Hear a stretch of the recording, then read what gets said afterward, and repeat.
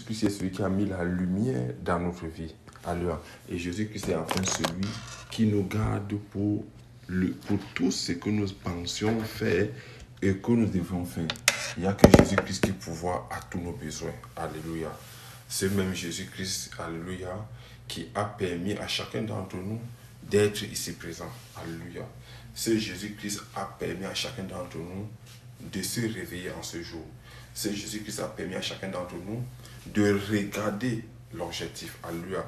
Tout chrétien qui ne connaît pas ou qui n'apprend pas à regarder à l'objectif qui est Jésus-Christ de Nazareth, c'est un chrétien mondain. Alléluia. C'est quelqu'un qui se dit chrétien, mais il est mondain. Parce qu'il n'y a pas de chrétien mondain.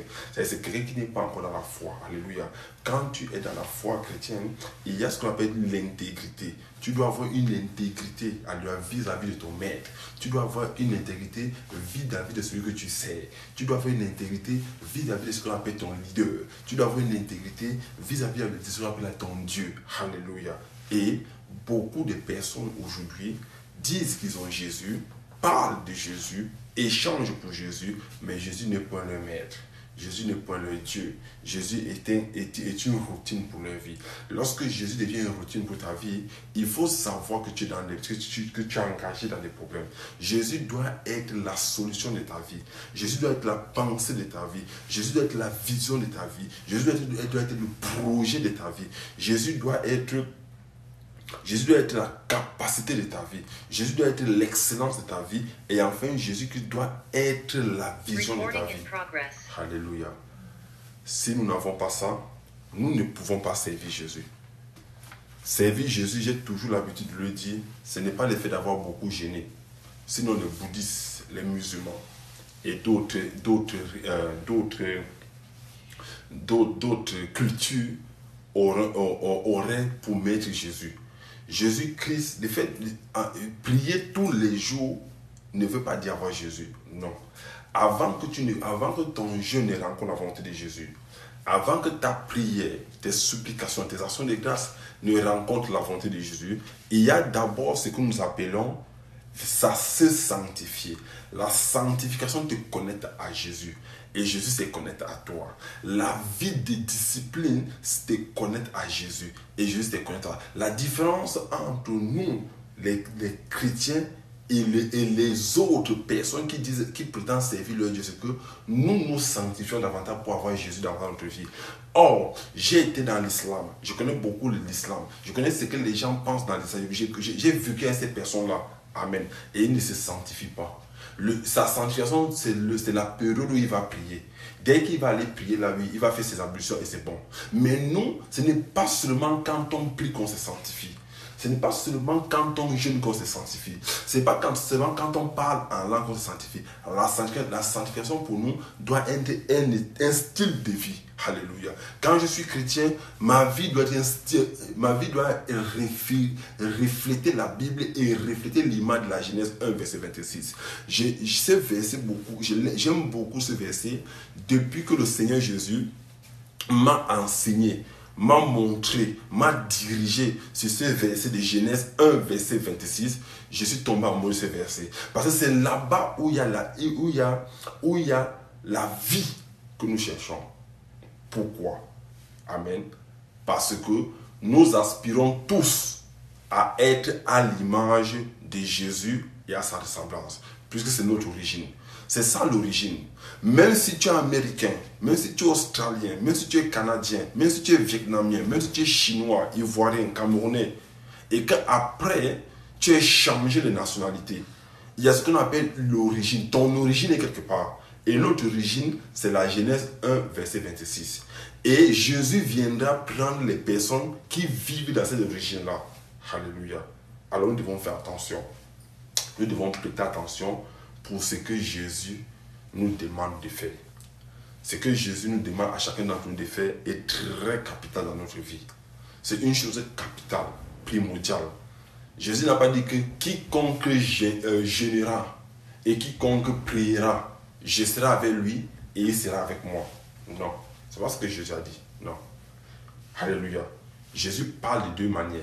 Il parle de celui qui partage le pain et la Sainte Seine. Il demeure en lui jusqu'à la vie éternelle. Et il parle de ceux qui gardent ses commandements. La prière, le jeûne et le parler en langue est l'un des commandements de Jésus. Mais ce n'est pas le commandement de Jésus. Beaucoup de chrétiens passent leur temps à prier, à jeûner, mais ils ne gardent aucun commandement de Jésus. Alléluia.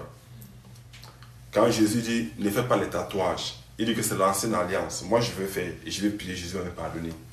Quand Jésus dit, ne changez pas votre nature. D'aucuns met les faux cheveux jusqu'au dos, ils disent qu'elle va prier sur ça et Jésus va pardonner. Chacun d'entre nous, nous sommes toujours en train de proposer des choses à Jésus. Jésus dit que j'étais crié noir. Tu dis que non, Jésus, je vais éclaircir ma peau un peu parce que c'est la nouvelle tendance. Il faut que j'éclaircisse un peu ma peau pour ressembler quand même aux gens là, pour laver ma peau. Ça veut dire quoi? Chaque chose que tu ajoutes sur ton corps, alléluia, parce que ça fait ça, ce qu'on va échanger aujourd'hui va faire partie du plan de Dieu et sa vision. Si tu modifies quelque chose sur ton corps, tu modifies la vision de Dieu pour ta vie. Y compris ceux qui changent d'âge. Y compris ceux qui changent les choses en eux. Jésus t'a créé d'une manière spécifique. Jésus dit dans la Genèse 11, Genèse 1, verset 26, c'est quelque chose que Jésus a pris le temps pour le faire. C'est que quand on veut faire quelque chose, nous ne nous rappelons plus que Jésus a un plan pour ma vie. Or, là, le plan de Jésus pour ma vie n'est pas seulement ma carrière professionnelle. Le plan de Jésus pour ma vie n'est pas seulement le jeûner, le parler à la langue et les dîmes et les offrandes. Non. Le plan de Dieu pour ma vie est ce qu'il avait prédestiné pour moi de la Genèse 1, verset 26. Je dois absolument et impérativement être à la ressemblance de Dieu et à son image. Alléluia. Si une femme, par exemple, puisque les femmes sont beaucoup affectées, commence à mettre les longs cheveux sur sa tête, parce que ses cheveux vont se casser, ou ses cheveux vont se détruire, ou ses cheveux vont faire ceci. Amen. Et que Dieu vient la rencontrer. Regardez un peu. Dieu crée quelqu'un. Et Dieu décide que je vais me tatouer tout le visage. Je suis d'accord. Je n'en doute pas. Mais que Dieu, le jour que Dieu vient te rencontrer, Dieu va t'appeler Paul, où es-tu? Pas parce que tu n'es pas là, mais parce que le Paul qu'il a créé n'a pas de tatouage sur le visage. Et il va continuer à t'appeler parce que tu vas dire, moi voici, tu ne me vois pas. Il va dire, mais tu fais quoi là? Ce n'est pas toi là-bas. Écoutez bien la parabole d'Isaac. Écoutez bien la parabole d'Isaac et Jacob. La Bible dit que Isaac avait les yeux fermés et affaibli. Quand Jacob est venu, qu'est-ce qui s'est passé qu'est-ce qu'Isaac a fait? C'est l'image de Dieu, le chrétien. La Bible dit que Isaac a touché. Donc Isaac ne s'est plus fié à sa vision. Il a touché Jacob. Donc Isaac s'est fié à son toucher et à son entendement. Il a touché Jacob. Il dit que ce corps est poilu comme le corps d'Ésaü. Mais la voix est celle de Jacob. Et c'est l'image de beaucoup d'entre nous. Et en fin de compte, qu'est-ce qui s'est passé? Jacob a dupé les biens d'Ésaü. Alléluia. Il a arraché son doigt d'aînesse. Imaginons-nous que Dieu vienne sur la terre et que Dieu est déjà là sur la terre et que Dieu ait un rendez-vous avec nous. Et quand il m'appelle, Ali, où es-tu? Il dit, papa, me voici. Il dit que la voix, c'est la voix d'Ali. Mais Ali que j'ai crié, Pauline que j'ai crié, Tatiana que j'ai crié, ses cheveux, je n'avais pas pris ses cheveux de être longs jusqu'aux fesses comme ça. Ce n'est pas elle. Oui, vous avez dit que Dieu ne regarde pas l'apparence. Mais c'est Dieu qui crée l'apparence. Il va toucher ton corps. Il va dire que, mais pourquoi je vois des bosses sur ton corps? Tu as fait quoi sur ton corps? Tu dis que c'est ça les tatouages. Il dit que, mais je ne connais pas Ali avec les tatouages. L'image et la ressemblance de Dieu pour notre vie. Son plan parfait. Alors, chaque fois que chacun d'entre nous va se décider de vouloir modifier son corps, de vouloir modifier son apparence, sachez qu'il y a une seule apparence que Dieu reconnaît. Genèse 1, verset 26. Si tu n'as pas cette apparence-là, Dieu va te rejeter. La Bible est claire. Lorsque Ésaü est venu vers Isaac, qui est l'image de Dieu, il a fait quoi? Père, bénis-moi. C'est moi et Ésaü. Qu'est-ce que Isaac a dit à Ésaü? Qui est donc venu à ta place?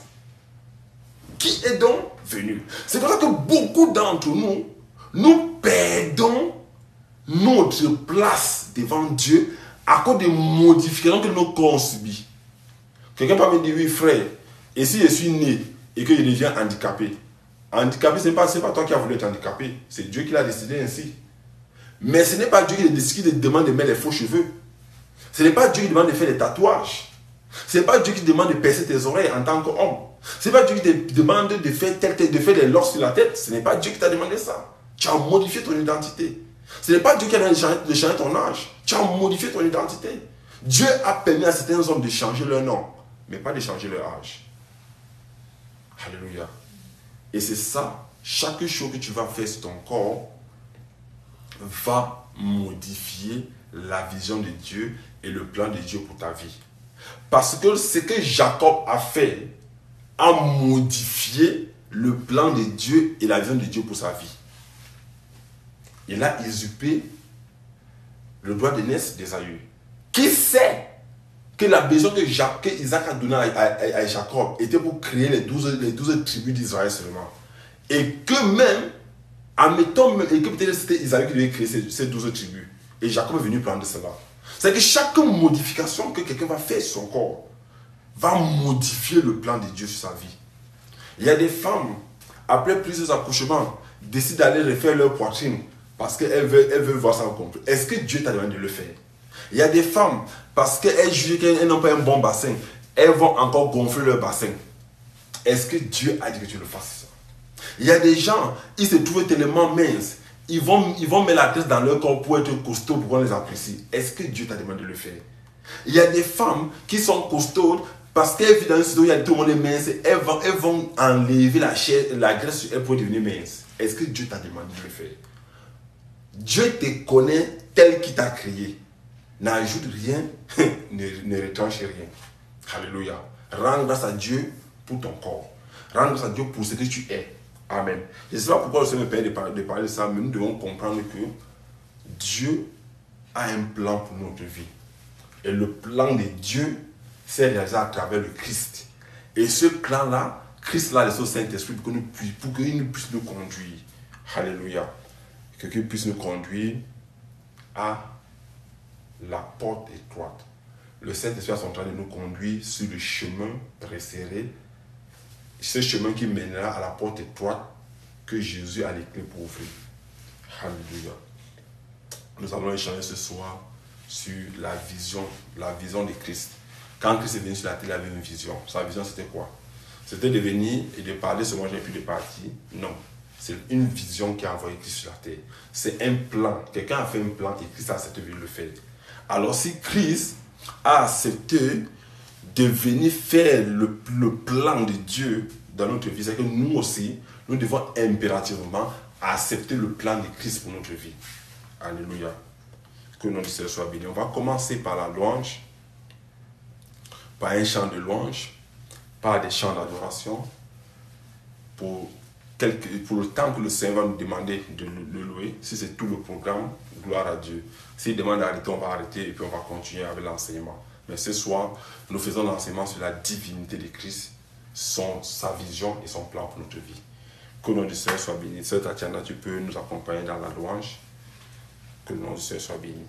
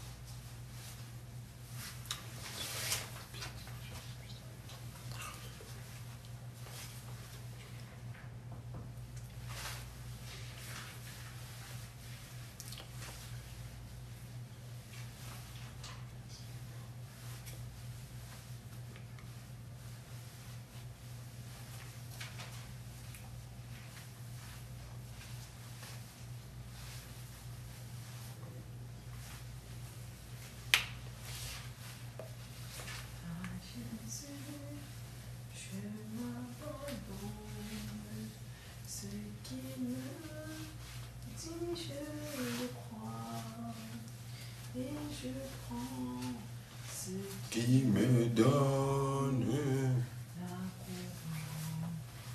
vers quand t'es celui de l'année, tant que vit le combat, brisons-l'on, brisons-l'on là, quand t'es sur lui tout le long.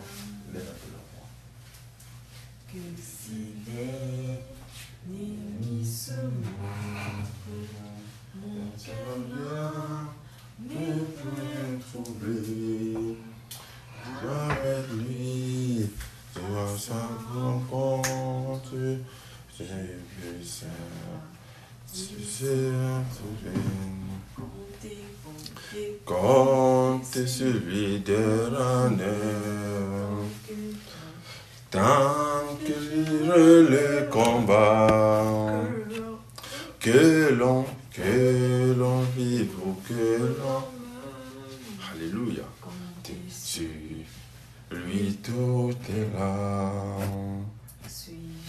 Paix. Vers la lumière, mon chant s'élève à ta vie. Où ce chant, j'ai une prière, c'est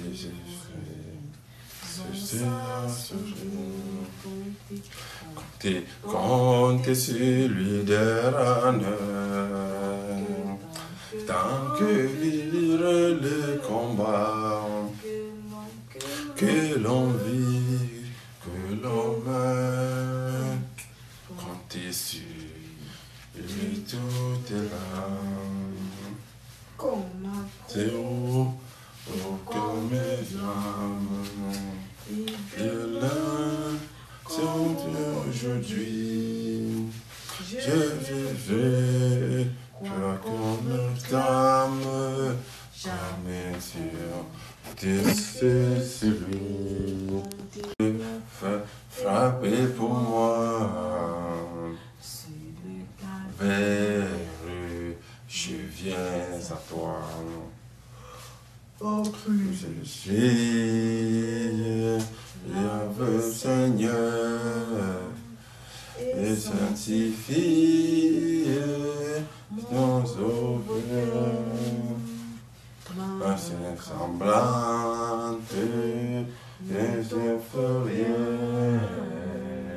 ma voix sanglante, justice se fait.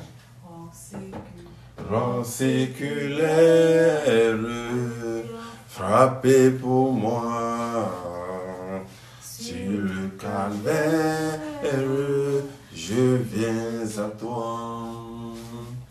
Rang séculaire, alléluia, frappé pour moi, sur le calvaire, je viens à toi. Dans la détresse, sois mon berger, ma forteresse, dans le danger, et qu'à chacun, alléluia, que chaque jour, mon se cœur réserve,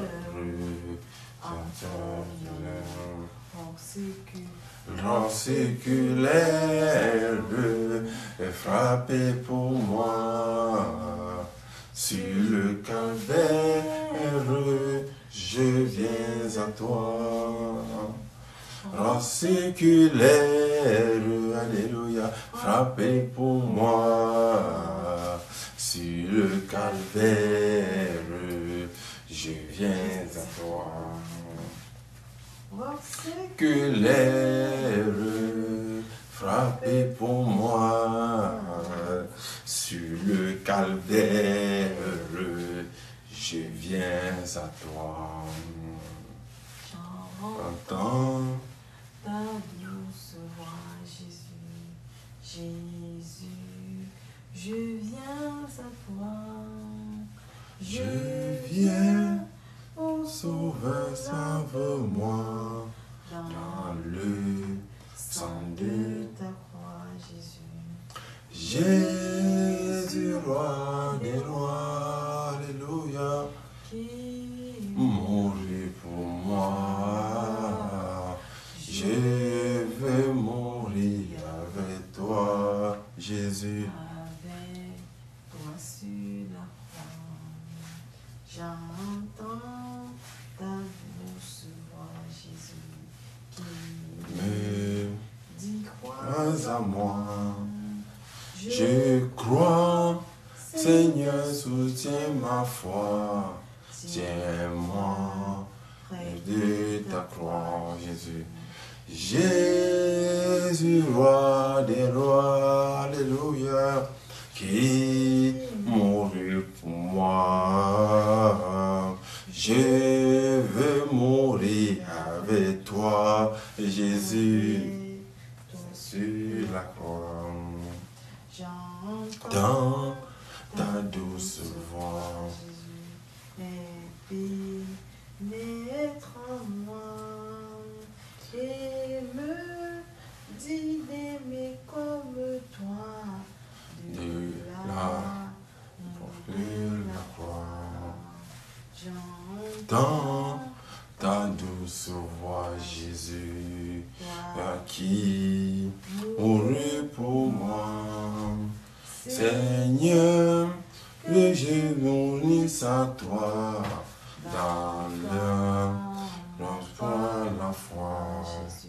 Jésus, roi des rois, alléluia, qui mourut pour moi.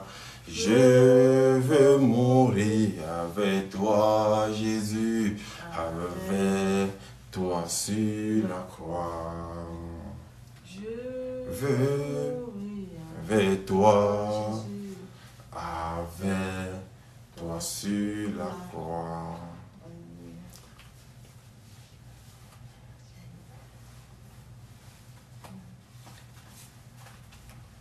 La voix du Seigneur M'appelle, prends ta croix, viens sur moi.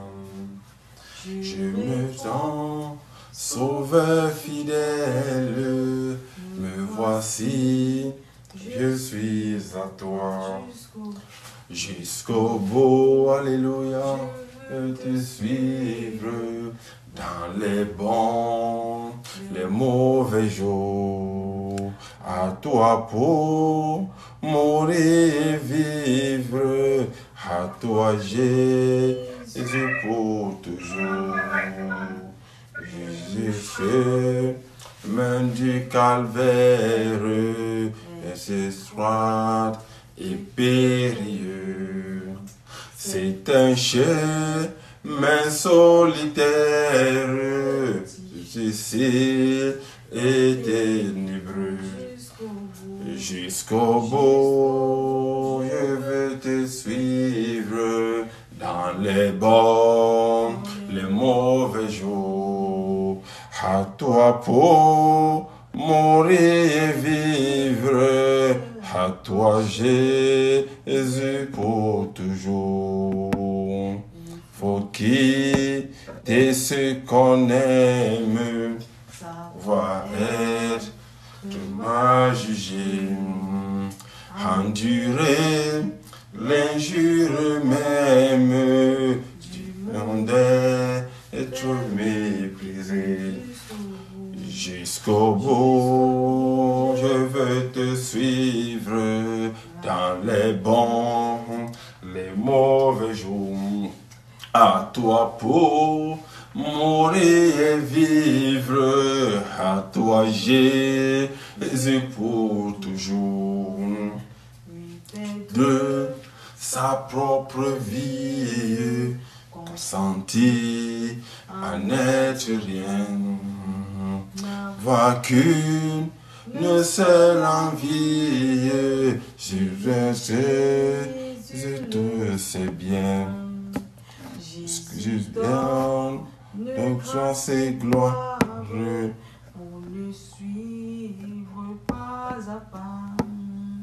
Avec lui, joie et victoire, Père et beau, Jusqu'au bout, je veux te suivre. Mais le bon, c'est Jésus. À toi pour mourir et vivre. À toi, Jésus, pour toujours. Jusqu'au bout, te suivre dans le chômage, dans l'emploi.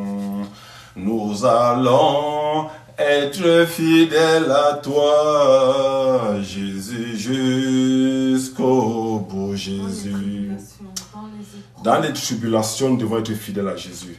La Bible déclare dans le livre de Romains 8, à partir du verset 30 en descendant, et le verset 35 particulièrement, l'apôtre Paul demande au peuple de Romains, est-ce que ce sont les tribulations? Est-ce que c'est l'épée? Est-ce que c'est la famine? Est-ce que c'est la nudité qui va nous séparer du Christ? Alléluia. Et chacun d'entre nous ce soir doit savoir pourquoi l'apôtre Paul disait ainsi. Chacun d'entre nous doit savoir pourquoi l'apôtre Paul posait ces questions. L'apôtre Paul n'a pas posé ces questions par fantaisie. Bonsoir à tous les frères et sœurs qui nous suivront. Ce soir, nous allons partager encore sur la divinité de Christ. La divinité de Christ est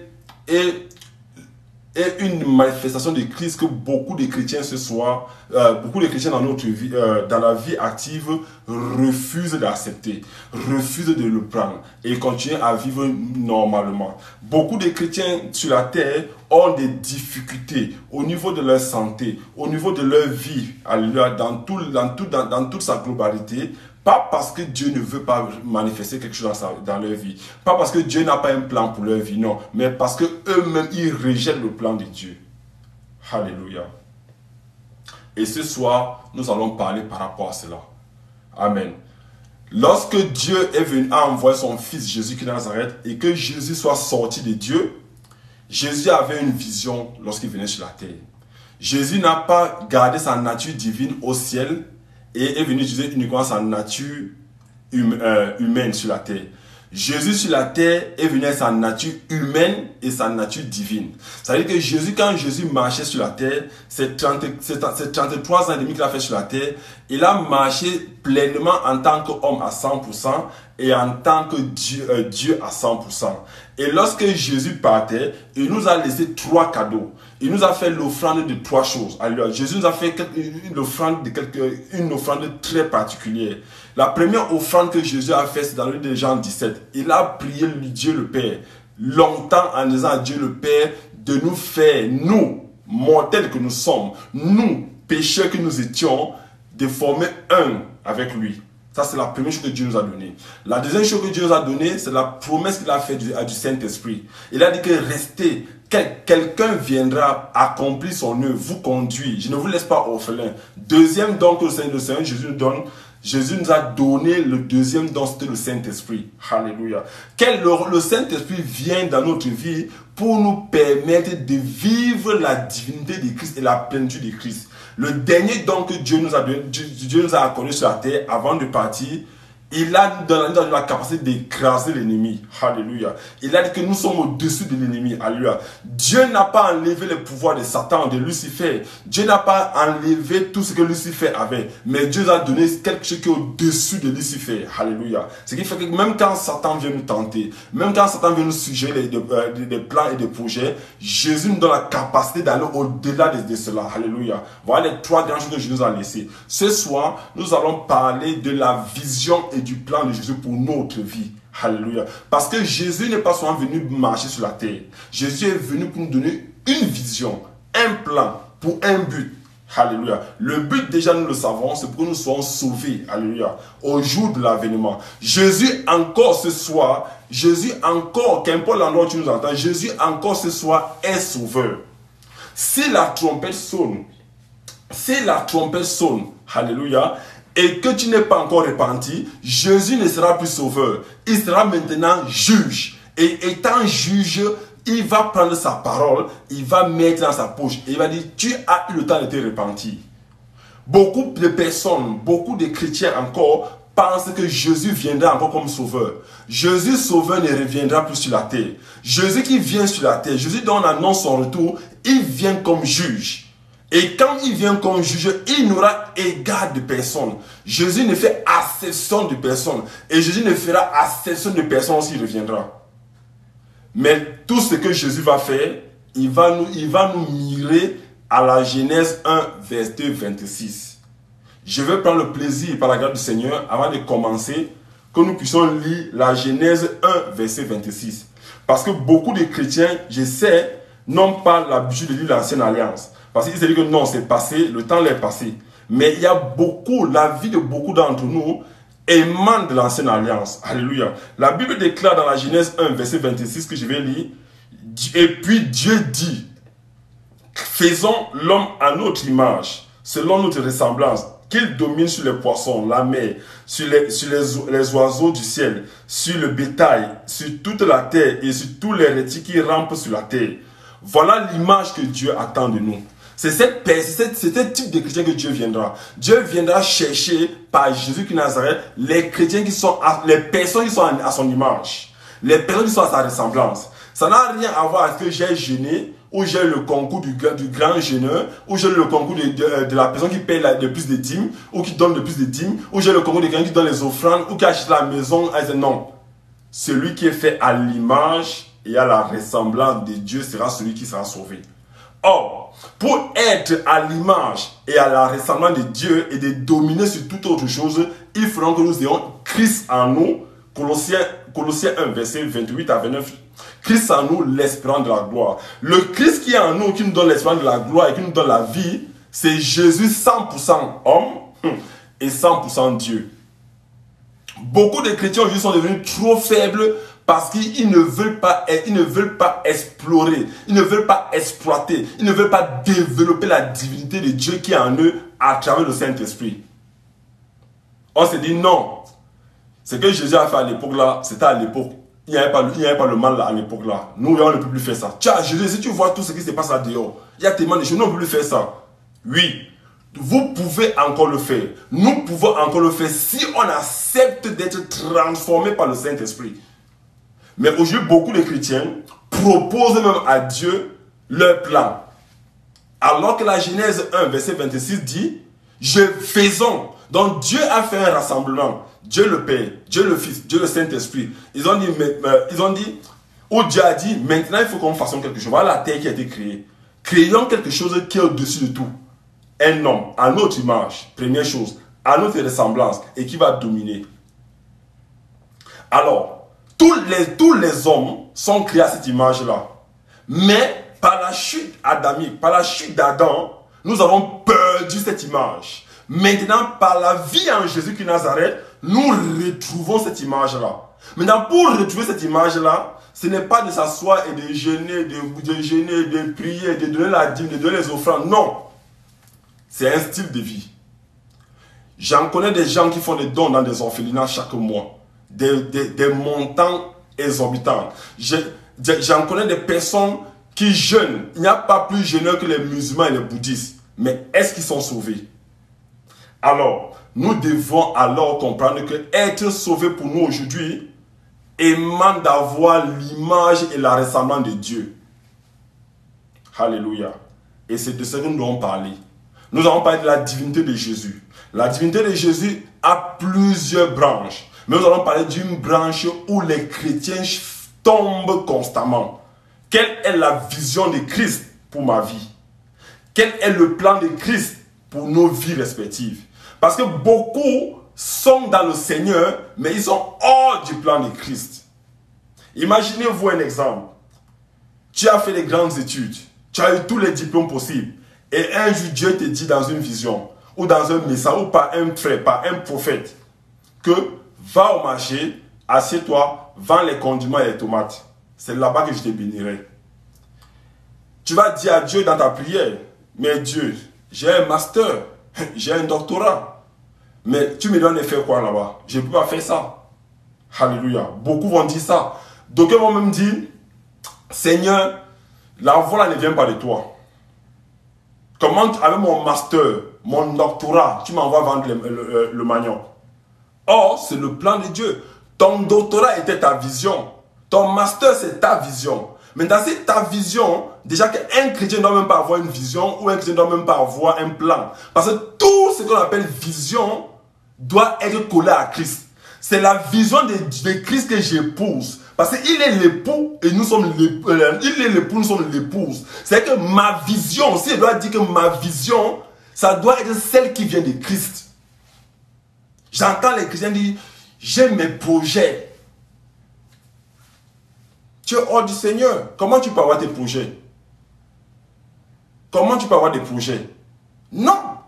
Seigneur, permets-moi, accordé à ta parole dans la Genèse 1, verset 26, de faire ton projet pour ma vie. Et c'est ça qui va m'épanouir. Et voilà où beaucoup de scandales naissent dans le corps de Christ. Vous voulez qu'on ne travaille plus? Vous ne voulez qu'on ne fréquente plus? Tout ça, c'est normal. Mais il faut faire la part des choses. Jésus, dans le temple, il a fait un geste que beaucoup de personnes le lisent dans la Bible, mais ils ne comprennent pas l'impact de ce geste-là. On vient voir les pharisiens et les sadducéens, et le peuple vient voir Jésus. Il dit, Seigneur Jésus, est-ce que nous devons payer le tribut à César? Jésus les regarde, il dit que donnez-moi une pièce. Et il prend la pièce. Il dit quelque chose de très pertinent, et c'est à partir de là que nous devons comprendre qui est Jésus. Il dit,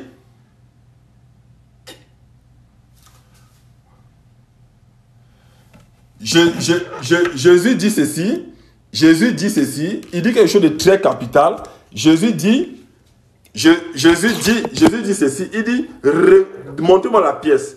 On donne la pièce à Jésus, et Jésus dit ceci, à qui appartient cette pièce? Les gens répondent César. Il dit, ok, remettez à César dans ce qui est à César, et remettez à Dieu ce qui est à Dieu. Alléluia. Ça nous interpelle. Parce que ce qui est de César, c'est ce que tout le monde peut faire comme activité sur la terre. Mais ce qui est de Dieu, c'est ce que Dieu avait planifié pour ta vie. C'est ce que Dieu avait planifié pour la vie de chacun d'entre nous. Et la vie de chacun d'entre nous doit se développer dans la personne de Christ, homme, et dans la personne de Christ, Dieu. Et c'est là où beaucoup de personnes entrent dans l'échec. Beaucoup de chrétiens entrent dans l'échec. Parce que beaucoup de chrétiens ne veulent plus comprendre, ne veulent plus savoir que nous devons obéir à un Dieu qui est Jésus. Alléluia. Et voilà le but de l'échange de ce soir. La capacité d'accepter la vision de Christ pour ma vie. La capacité d'accepter le plan de Christ pour ma vie. C'est un plan magnifique, c'est un plan merveilleux, mais nous devons comprendre que ce plan merveilleux-là n'émane pas de moi, ça émane de Christ. Alléluia. Je vais nous conduire dans la parole, amen, pas pour démontrer, non. Je n'ai pas l'intention de démontrer quelque chose, mais j'ai l'intention de partager avec nous le plan de Dieu pour notre vie. Chacun d'entre nous a été diplômé quelque part. Chacun d'entre nous a choisi un chemin par rapport à ses voisins, par rapport à ses amis, par rapport à ses connaissances, par rapport même à l'envie de leurs parents. Mais combien se sont assis plus tard et demandé à Jésus, Jésus, qu'est-ce que je dois faire pour ton royaume? Jésus, qu'est-ce que tu veux que je fasse sur la terre? Ou encore, Jésus, où veux-tu que je sois sur la terre et que dois-je faire? Et c'est dans ce plan-là que tu vas trouver le plaisir de servir Jésus. Beaucoup de personnes, beaucoup de frères, beaucoup de personnes se sont éloignés du plan de Dieu à cause d'un petit détail. Alléluia. Et c'est ce détail-là que nous devons comprendre aujourd'hui, que nous devons modifier ça dans notre vie. Jésus a son plan pour ma vie. Jésus, lorsqu'il venait sur la terre, mourir pour nos péchés, pour nous réconcilier avec Dieu, il l'a fait pour un but. Il n'a pas fait parce qu'il n'avait rien à faire au ciel. Non. Il n'a pas fait parce qu'il voulait nous flatter. Non. Parce qu'en nous, il y a l'héritage de Jésus. Qu'est-ce qu'il y a en moi que Jésus chérit? Qu'est-ce qu'il y a en toi que Jésus aime? Ce n'est pas ta chair, c'est l'Esprit de Dieu qui est en toi. La Bible déclare dans la Genèse toujours qui est vraiment très capital pour nous décrire, il faut qu'on lise bien la Genèse. Il dit c'est que Dieu créa l'homme et souffla un souffle de vie en l'homme. Et l'âme morte devenait une âme vivante. C'est que Jésus-Christ chérit en nous, c'est l'Esprit de Dieu qui est en nous. Et or, c'est son héritage. Personne d'entre nous ici là, ayant un héritage quelconque, quelque part, ne doit négliger cela. Et Jésus a dit, Père, l'héritage que l'ennemi veut prendre là, je vais aller arracher ça. Quel que soit le prix. Et c'est le prix là qu'il a payé pour nous. Maintenant, en payant ce prix là, il nous a donné un parchemin, une conduite à faire. Et cette conduite là, c'est quoi? C'est la vision de Christ pour ma vie. Tant que je suis dans la vision de Christ pour ma vie, ça peut énerver mon voisin, ça peut choquer mes parents, ça peut choquer mes frères, ça peut choquer même mon mari ou ma femme, mais pourvu que ce soit la vision pour Christ. Parce que personne au jour de la venue de Christ ne sera avec toi. Même ton pasteur, même ton prophète, l'apôtre qui est auprès de toi, l'évangile, personne ne sera là. Tu seras seul devant Christ. Alléluia. La Bible déclare dans le livre de Zacharie 9, que Josué est allé devant Dieu. La Bible n'a pas dit que Josué était accompagné de Moïse. Non. La Bible n'a pas dit que Josué était accompagné d'un membre de sa famille. La Bible ne dit pas que Josué est allé devant le jugement avec quelqu'un. Il est allé seul. Et je vous rassure quelque chose, mes frères et sœurs, c'est que la Bible dit plutôt au contraire que Josué est allé devant Dieu avec l'ennemi à côté de lui pour l'accuser. Ça veut dire que chacun d'entre nous doit faire attention de chercher la vision de Dieu pour sa vie. Parce que l'ennemi là, même comme il sait qu'il est déjà condamné, il va venir devant Dieu pour nous condamner, pour dire que Seigneur, tiens le gars là, il a fait telle chose, il a fait telle chose. Ta Bible dit que, et c'est là où nous devons comprendre l'impact de suivre la volonté de Dieu, l'impact d'adorer Jésus de tout notre cœur, l'impact de nous prosterner devant Jésus pour que Jésus nous donne la vision et le plan qu'il a pour nous. Alléluia. La Bible déclare, si vous avez vos Bibles, encore même pas que si, prenez vos Bibles, nous allons partager dans Jérémie 29. Jérémie 29 est le premier passage que le Seigneur nous donne dans le cœur ce soir. Jérémie 29 à partir du verset 10. Alléluia. À partir du verset 10. Amen. Et je nous conseille de beaucoup lire Jérémie 29 parce que ça détaille aussi beaucoup de choses que le Seigneur Jésus a mis dans notre vie. Amen. Jérémie 29, vous connaissez tout ce passage. Je commence au verset 10. Mais voici ce que dit l'Éternel. Dès que 70 ans seront écoulés pour Babylone, je me souviendrai de vous et j'accomplirai à votre égard ma bonne parole. Écoutez bien, Dieu accomplit à notre égard sa bonne parole. Donc, le peuple n'a pas prié, le peuple n'a rien fait. Dieu a accompli en son égard sa propre parole. Et la Bible continue en disant que en vous ramenant dans ce lieu, car beaucoup d'entre nous devons écouter cette parole et nous poser la question que est-ce que je suis en train de faire le car? Il dit car je connais, c'est Dieu qui parle, je connais. Donc ce n'est pas quelqu'un qui doute, ce n'est pas quelqu'un qui n'a pas planifié. Quand quelqu'un dit que je connais telle chose, il a étudié la chose, il dit je connais les projets que j'ai formés sur vous. C'est-à-dire que chacun d'entre nous, corps de Christ, qu'importe là où tu te trouves, Dieu connaît les projets qu'il a formés pour toi. Ces projets-là, je ne peux pas dire que je le connais, mais nous devons soupirer à connaître la vision et le plan de Dieu pour sa propre vie. Pas de marcher à tâtons. D'aucuns sont allés tellement à l'école parce qu'ils voulaient faire plaisir à leurs parents. D'aucuns ont fait certaines choses parce qu'ils imitaient des amis.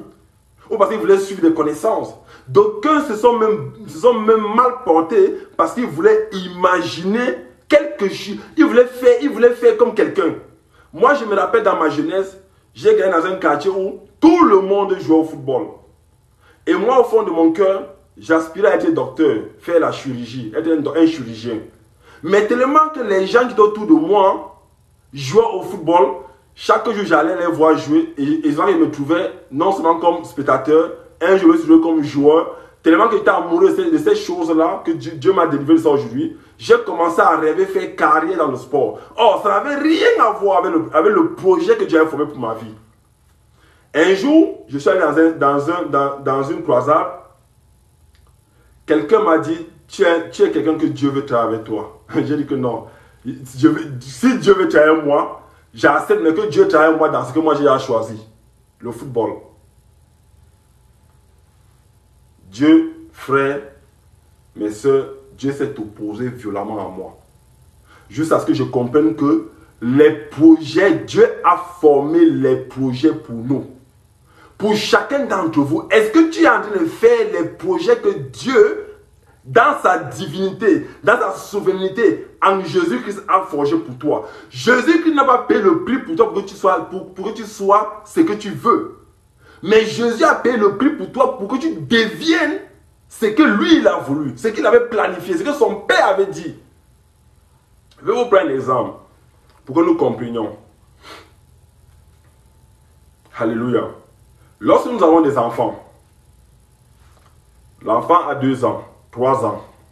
Quand tu vois l'enfant commencer à parler, tu dis non, il faut que l'enfant aille à l'école à tel cœur parce que là-bas on enseigne bien. Amen. Après cela, quand l'enfant grandit, toi-même son parent, tu choisis un collège ou un lycée parce qu'on enseigne bien. Lorsque l'enfant grandit, tu choisis une université parce qu'on enseigne bien. Ou parce que l'enfant va faire telle formation pour être... Toi, aussi que ton cœur soit mauvais, dit Jésus. Le cœur de l'homme n'a rien de bon. Mais tu as un plan, tu fais un plan parfait pour ton enfant en fonction des moyens que tu as. Bon, imaginons-nous donc que Dieu le Père, qui a envoyé son Fils payer le prix pour notre vie, a aussi forgé les projets pour toi que tu refuses de faire. Si ton enfant refuse d'aller à l'école ou de faire ce que toi tu planifies, tu vas le voir comme un rebelle. C'est la même chose que tu es devant Dieu. Quand tu refuses la vision et le plan de Dieu pour ta vie, tu deviens un rebelle devant Dieu. Même si tu jeûnes, même si tu pries, même si tu parles en langue, ne vous y trompez pas. Le parler en langue ne va jamais faire entrer quelqu'un dans le royaume des cieux. Le jeûne ne va jamais faire entrer quelqu'un dans le royaume des cieux. C'est d'avoir fait la volonté de Dieu qui va te faire entrer dans le royaume des cieux. Alors cet enfant va dire, maman, papa, l'université là ne me plaît pas. Mes amis vont dans telle université, je vais aller là-bas. Tu vas dire, ok, comme tu vas aller là-bas, paie ta scolarité toi-même. Je me désengage. Parce que l'enfant a fait son choix. Imaginez-vous combien est notre perte quand nous faisons nos choix devant Dieu. Dieu dit, voici le plan que j'ai pour toi. Voici les projets que j'ai forgés sur toi. Ça, c'est ma vision pour ta vie parce que je suis ton Dieu. Tu dis, Père, ton plan là, non, on va trop se moquer de moi. On va dire que je suis à l'école pour rien. Ton plan là, on va trop se moquer de moi. On va dire que, hey, c'est tout. Alléluia. On va commencer à convaincre Dieu. Alors, et Dieu va dire, mon fils, j'ai un plan magnifique pour ta vie. La suite du verset nous dit ceci. Dit l'Éternel, projet de paix et non de malheur, afin de vous donner un avenir et de l'espérance.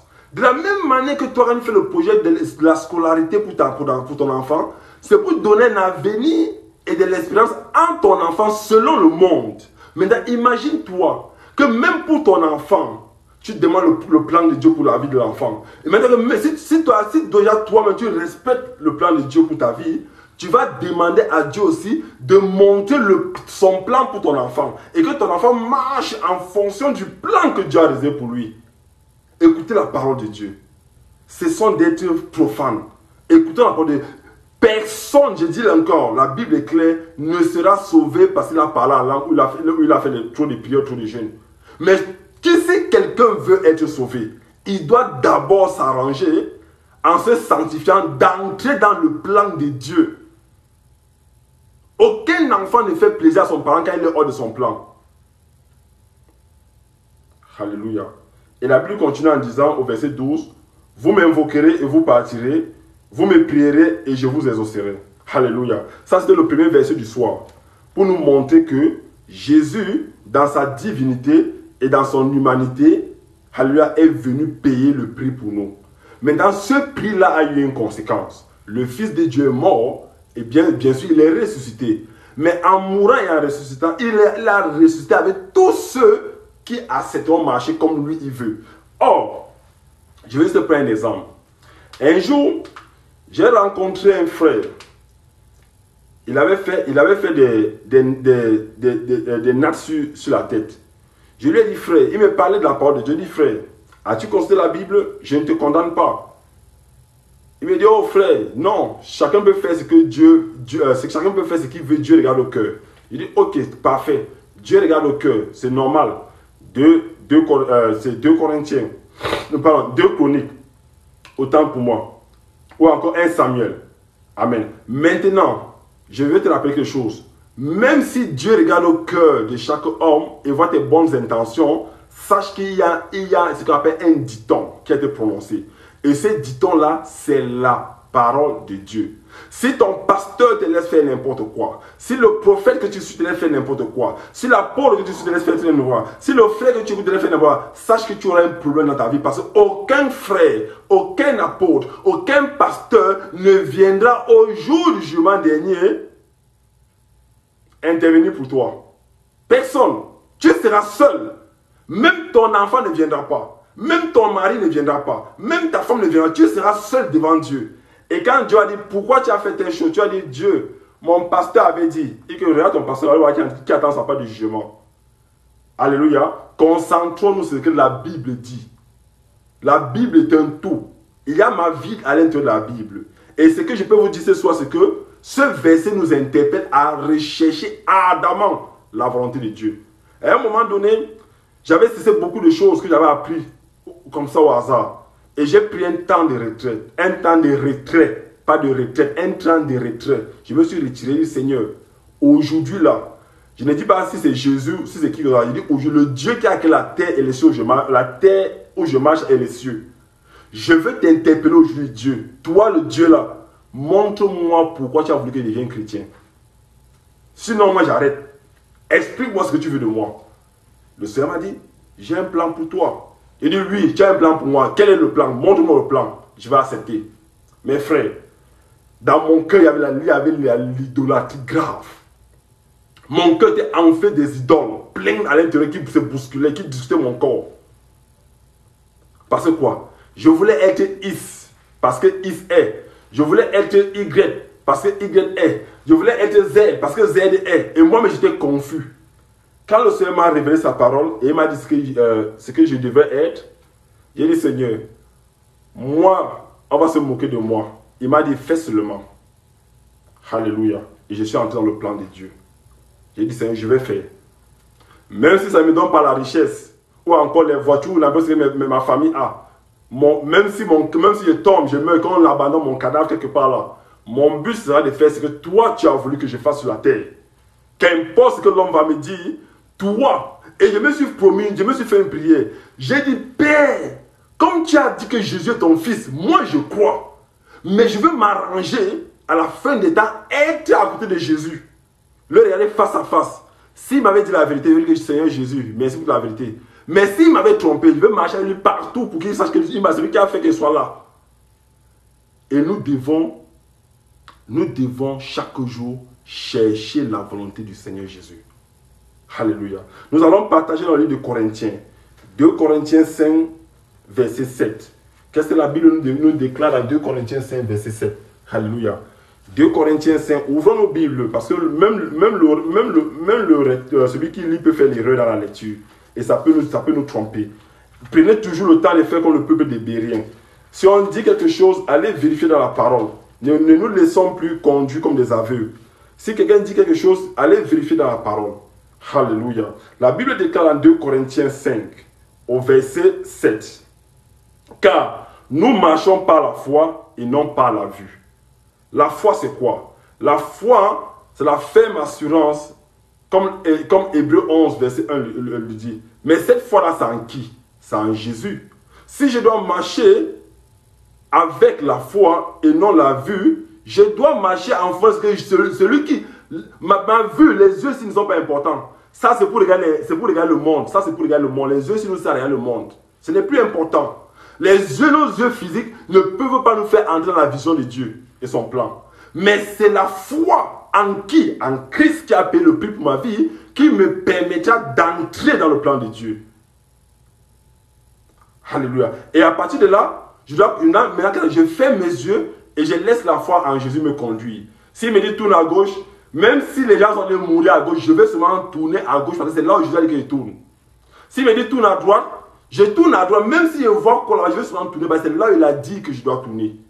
Mais aujourd'hui, les chrétiens réfléchissent. Même moi, j'étais comme ça avant. Quand Jésus me dit saute, je dis que c'est un ancien saut que ma tête au plafond. Je suis dans le détail. Je ne peux pas sauter. Il me dit saute. J'ai réfléchi. Et quand tu réfléchis avec Jésus, tu es en train de te loin de Jésus. Alléluia. Jésus, lorsque Dieu lui a donné, imaginez-vous que lorsque Dieu a permis le plan de rédemption pour venir nous sauver, Jésus qui est assis à la droite du Père, comme la Bible le dit dans Romains 8, verset 34, Dieu lui dit, Jésus, mon fils, il faut sauver ces gens-là. Mais pour les sauver, il faut que tu ailles là-bas. Tu naisses d'une femme, que tu ne sois même pas beau, que tu n'aies même pas les habits, que tu n'aies même pas de maison. Et encore de surcroît, on va te taper, on va te tuer. Imaginez-vous que Jésus ait dit que, Père, donc c'est pour ça qu'il faut y aller. Et je dis que papa, je vais y aller. Père, je vais y aller pour les sauver. Vous croyez que c'était facile pour Jésus de quitter? Combien de personnes d'entre nous peuvent quitter le luxe où ils sont pour aller se coucher dans la rue?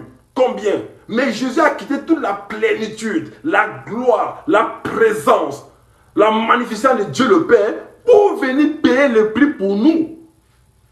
Et aujourd'hui, d'aucuns qui sont dans la maison du Seigneur continuent à l'insulter, continuent à se moquer de lui, continuent à mettre en cause sa parole. Nous allons où, frère? La Bible dit aux Corinthiens, 2 Corinthiens 5, verset 7, car nous marchons par la foi. Je dois marcher parce que Jésus m'a dit. Et non parce que mes parents veulent que je devienne, ou mes amis veulent me faire. Non, je dois marcher selon ce que Jésus m'a dit. Alléluia. Et beaucoup d'entre nous, nous avons ce problème dans ce siècle dernier. Nous avons ce problème. Nous avons ce problème de suivre Jésus. On se dit que non, c'est pour les paresseux. On se dit que non, c'est pour les gens qui n'ont rien à faire. On dit que non, c'est pour les ratés de la société. Alléluia. Amen. Nous allons passer dans le livre d'Ésaïe. Ésaïe est un des prophètes qui a beaucoup parlé de la venue du Seigneur et de son comportement sur la terre. Et nous allons lire dans Ésaïe 25, Ésaïe 25 au verset 1. Alléluia. Ésaïe 25. Prenez le temps de lire la parole. Prenez le temps. Ne me faites pas confiance parce que je parle de Jésus. Prenez le temps de lire. Pendant que vous êtes en train de m'écouter, priez que Jésus vous révèle qui je suis. Pas pour me faire voir, non. Pour ça, si c'est un vrai frère. Alléluia. Prenez le temps de vérifier la parole. Nous devons vérifier la parole chaque jour. Nous ne devons pas nous lasser de vérifier la parole. Même quand quelqu'un me prononce un verset biblique où je connais le verset entièrement, j'ai dit, frère, lisons le verset. Ma soeur, je vais lire le verset. Dieu peut encore me dire autre chose aujourd'hui à partir de ce verset-là. Je ne dis pas que je connais le verset. Non, on ne connaît rien jusqu'à ce que Jésus reviendra. C'est qu'on connaît en partie. Alléluia. Ésaïe 25, verset 1. Ô Éternel, tu es mon Dieu, confession. Je t'exalterai, je célébrerai ton nom, car tu as fait des choses merveilleuses. Tes desseins conçus à l'avance se sont fidèlement accomplis, car tu as réduit la ville en un morceau de pierre, la cité forte en un tas de ruines. La forteresse des barbares est détruite, jamais elle ne sera rebâtie. Pourquoi ce verset? Ici, Ésaïe nous montre que l'Éternel a toujours réalisé. Je veux que nous sortons du contexte où Dieu ne peut pas faire, où Dieu m'a laissé souffrir. Non. Ésaïe nous montre que l'Éternel, dans son plan et sa vision pour quelque chose, a toujours réalisé ce qu'il a fait pour nous, ce qu'il a dit. Chacun d'entre nous a quelque chose que Dieu a dit pour sa vie. Et que tu le veuilles ou pas, Dieu l'a dit. Maintenant, si ça ne se réalise pas, ce n'est pas de la faute de Dieu. Dieu a déjà dit, c'est nous qui devons nous ranger à faire la volonté de Dieu pour que ça se réalise dans notre vie. Quand Dieu dit quelque chose, il ne fasse plus. Il a dit. Alléluia. Maintenant, comme Dieu a dit que nous sommes à son image et à sa ressemblance, est-ce que le fou qui marche en route, est-ce que la prostituée qui est dans la rue n'est pas l'image de Dieu? Elle a l'image de Dieu, mais elle a rejeté cette image comme Adam l'a rejetée. Alléluia. Ça ne modifie pas le plan de Dieu pour sa vie. C'est elle qui a décidé. Dieu n'est pas un dictateur qui nous oblige à faire ce qu'il veut. Non. Dieu te laisse le choix. Mais sache que dans ton choix, le juge arrive. Celui que les gens crient qu'il est sauveur, Jésus notre sauveur, demain s'il vient, si vous entendez la trompette, c'est le juge qui arrive de venir. Et lorsque le juge arrive quelque part dans un tribunal, il ne fait acception de personne, même de son père, même de sa maman, de sa famille. Lorsqu'on t'amène déjà devant un tribunal, si le juge c'est ton père ou ton nom, il ne fait, dans les pays développés, il ne va pas se corrompre à cause de toi. Tu vas aller en prison.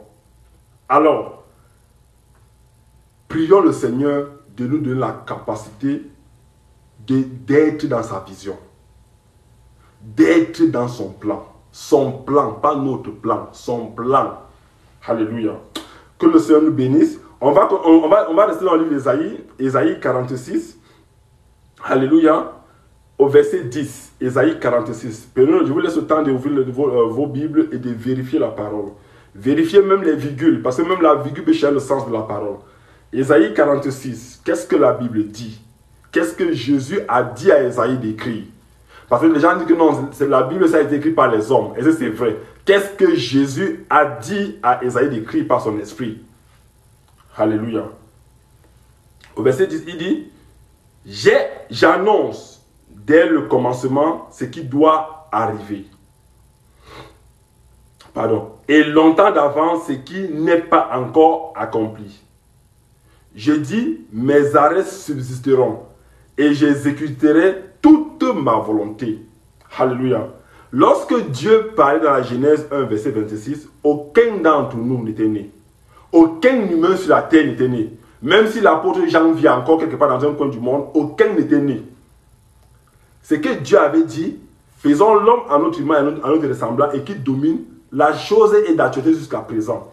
Ce verset est en train de nous montrer la ténacité, la véracité, l'amour de Dieu dans ce qu'il déclare. Alléluia. Il a déclaré.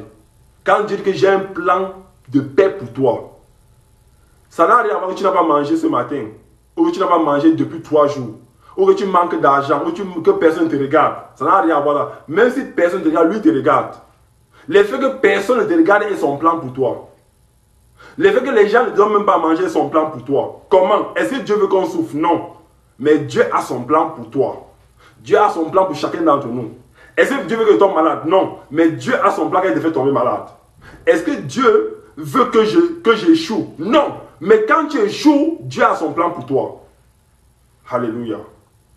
Le plan de Dieu est la chose la plus difficile pour les chrétiens de faire à ce siècle présent.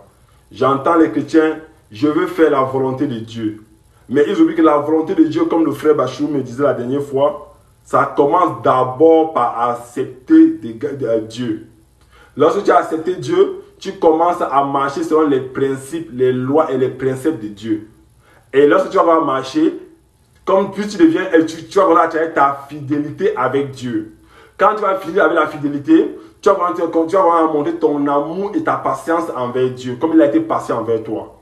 Et à partir de là, Dieu va donner l'accès là où il veut t'amener. Parce que Dieu doit te transformer.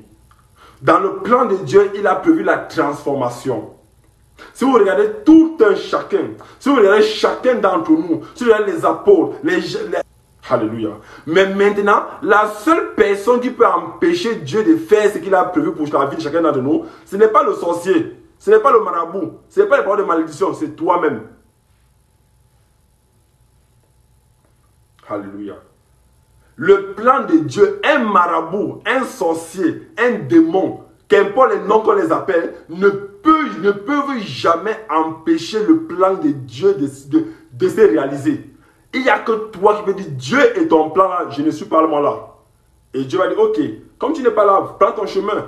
Mais ne dis pas que non, le grand-père qui ouvre là ma tâche, la grand-mère qui là-bas ma tâche, elles ne peuvent rien te faire si tu es dans le plan de Dieu. Aucune flèche de l'ennemi ne peut t'atteindre si tu es dans le plan de Dieu, si tu es dans la vision de Dieu. Parce que Dieu va veiller à te garder.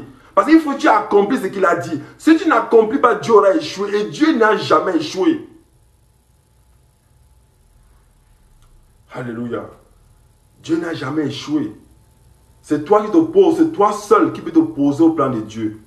C'est ta chair, même pas toi. L'esprit qui est en toi ne va jamais s'opposer au plan de Dieu. L'esprit de Dieu en toi ne s'oppose pas. C'est la chair sur laquelle le péché est collé qui t'amène à t'opposer au plan de Dieu. J'ai entendu, oh, mes parents m'attachent. Ils m'ont maudit parce que j'étais en train de faire telle chose. Est-ce que tu es réellement transformé par le Christ? La parole de malédiction ne va pas te toucher si tu es transformé par Christ. Parce que si Christ laisse la parole de malédiction te toucher, Christ aura échoué. Excepté si toi-même tu allais créer des problèmes là-bas. Tu dors dans ton coin, tu adores Jésus, tu cherches la vision de Jésus pour ta vie. Quelqu'un est au village, il te maudit. Quelqu'un te maudit. Ça ne pourra pas fonctionner. C'est que Christ aura échoué. Et Christ n'a jamais échoué. Si la mort n'a pas pu retenir Christ dans la tombe, toi, tu ne peux pas échouer. Il n'y a rien qui peut t'amener à échouer. Échouer et réussir ne veut pas dire le fait d'avoir des bien-être, non. Réussir veut dire le fait d'avoir accepté de marcher sur le plan et la volonté de Dieu. C'est ça la réussite. La réussite pour les mondains, c'est d'avoir l'argent, c'est d'avoir les voitures, les maisons, tout ça. Mais la réussite pour Jésus, c'est le fait que tu aies accepté de marcher sur le plan qu'il a prévu pour toi. Regardez l'image de Lazare dans le sein d'Abraham et le riche. Lazare, à notre époque, sera comme une moquerie de sa famille. Ah, tu ne veux rien faire, tu ne vaux rien. Tu dors, tu commandes. Mais Lazare, dans sa position sur la terre, était en train de faire le plan de Dieu pour sa vie. Pendant que les hommes étaient en train de le condamner, pendant que même le riche était en train de le condamner, mais Lazare était en train de faire le plan de Dieu pour sa vie sur la terre. Alléluia. Nous devons nous fortifier. Alléluia. Car ce que Dieu dit, personne ne peut changer cela. Amen. Nous allons partir dans le livre de Job. Alléluia. Le livre de Job, c'est quelqu'un qui était intègre. Beaucoup d'entre nous lisons l'histoire de Job. C'est quelqu'un qui avait fait tout pour plaire à Dieu. C'est quelqu'un qui avait accepté de marcher selon ce que Dieu a dit. Mais à un moment donné, Job croyait que c'était les dons, les offrandes qu'il faisait qui l'amenaient à être juste devant Dieu. Et dans Job 42 qu'on va lire, alléluia, Job 42 au verset 2, le Seigneur nous parle encore. Le Seigneur nous interpelle encore dans notre vie. Alléluia. Et que chacun d'entre nous, au sortir d'ici là, puisse se poser la bonne question. Est-ce que je suis en train de faire le plan de Jésus? Est-ce que ce que Jésus a prévu pour moi, est ce que je suis en train de faire? Alléluia. Est-ce que ce que je suis en train de faire ce soir est ce que Jésus a prévu pour moi?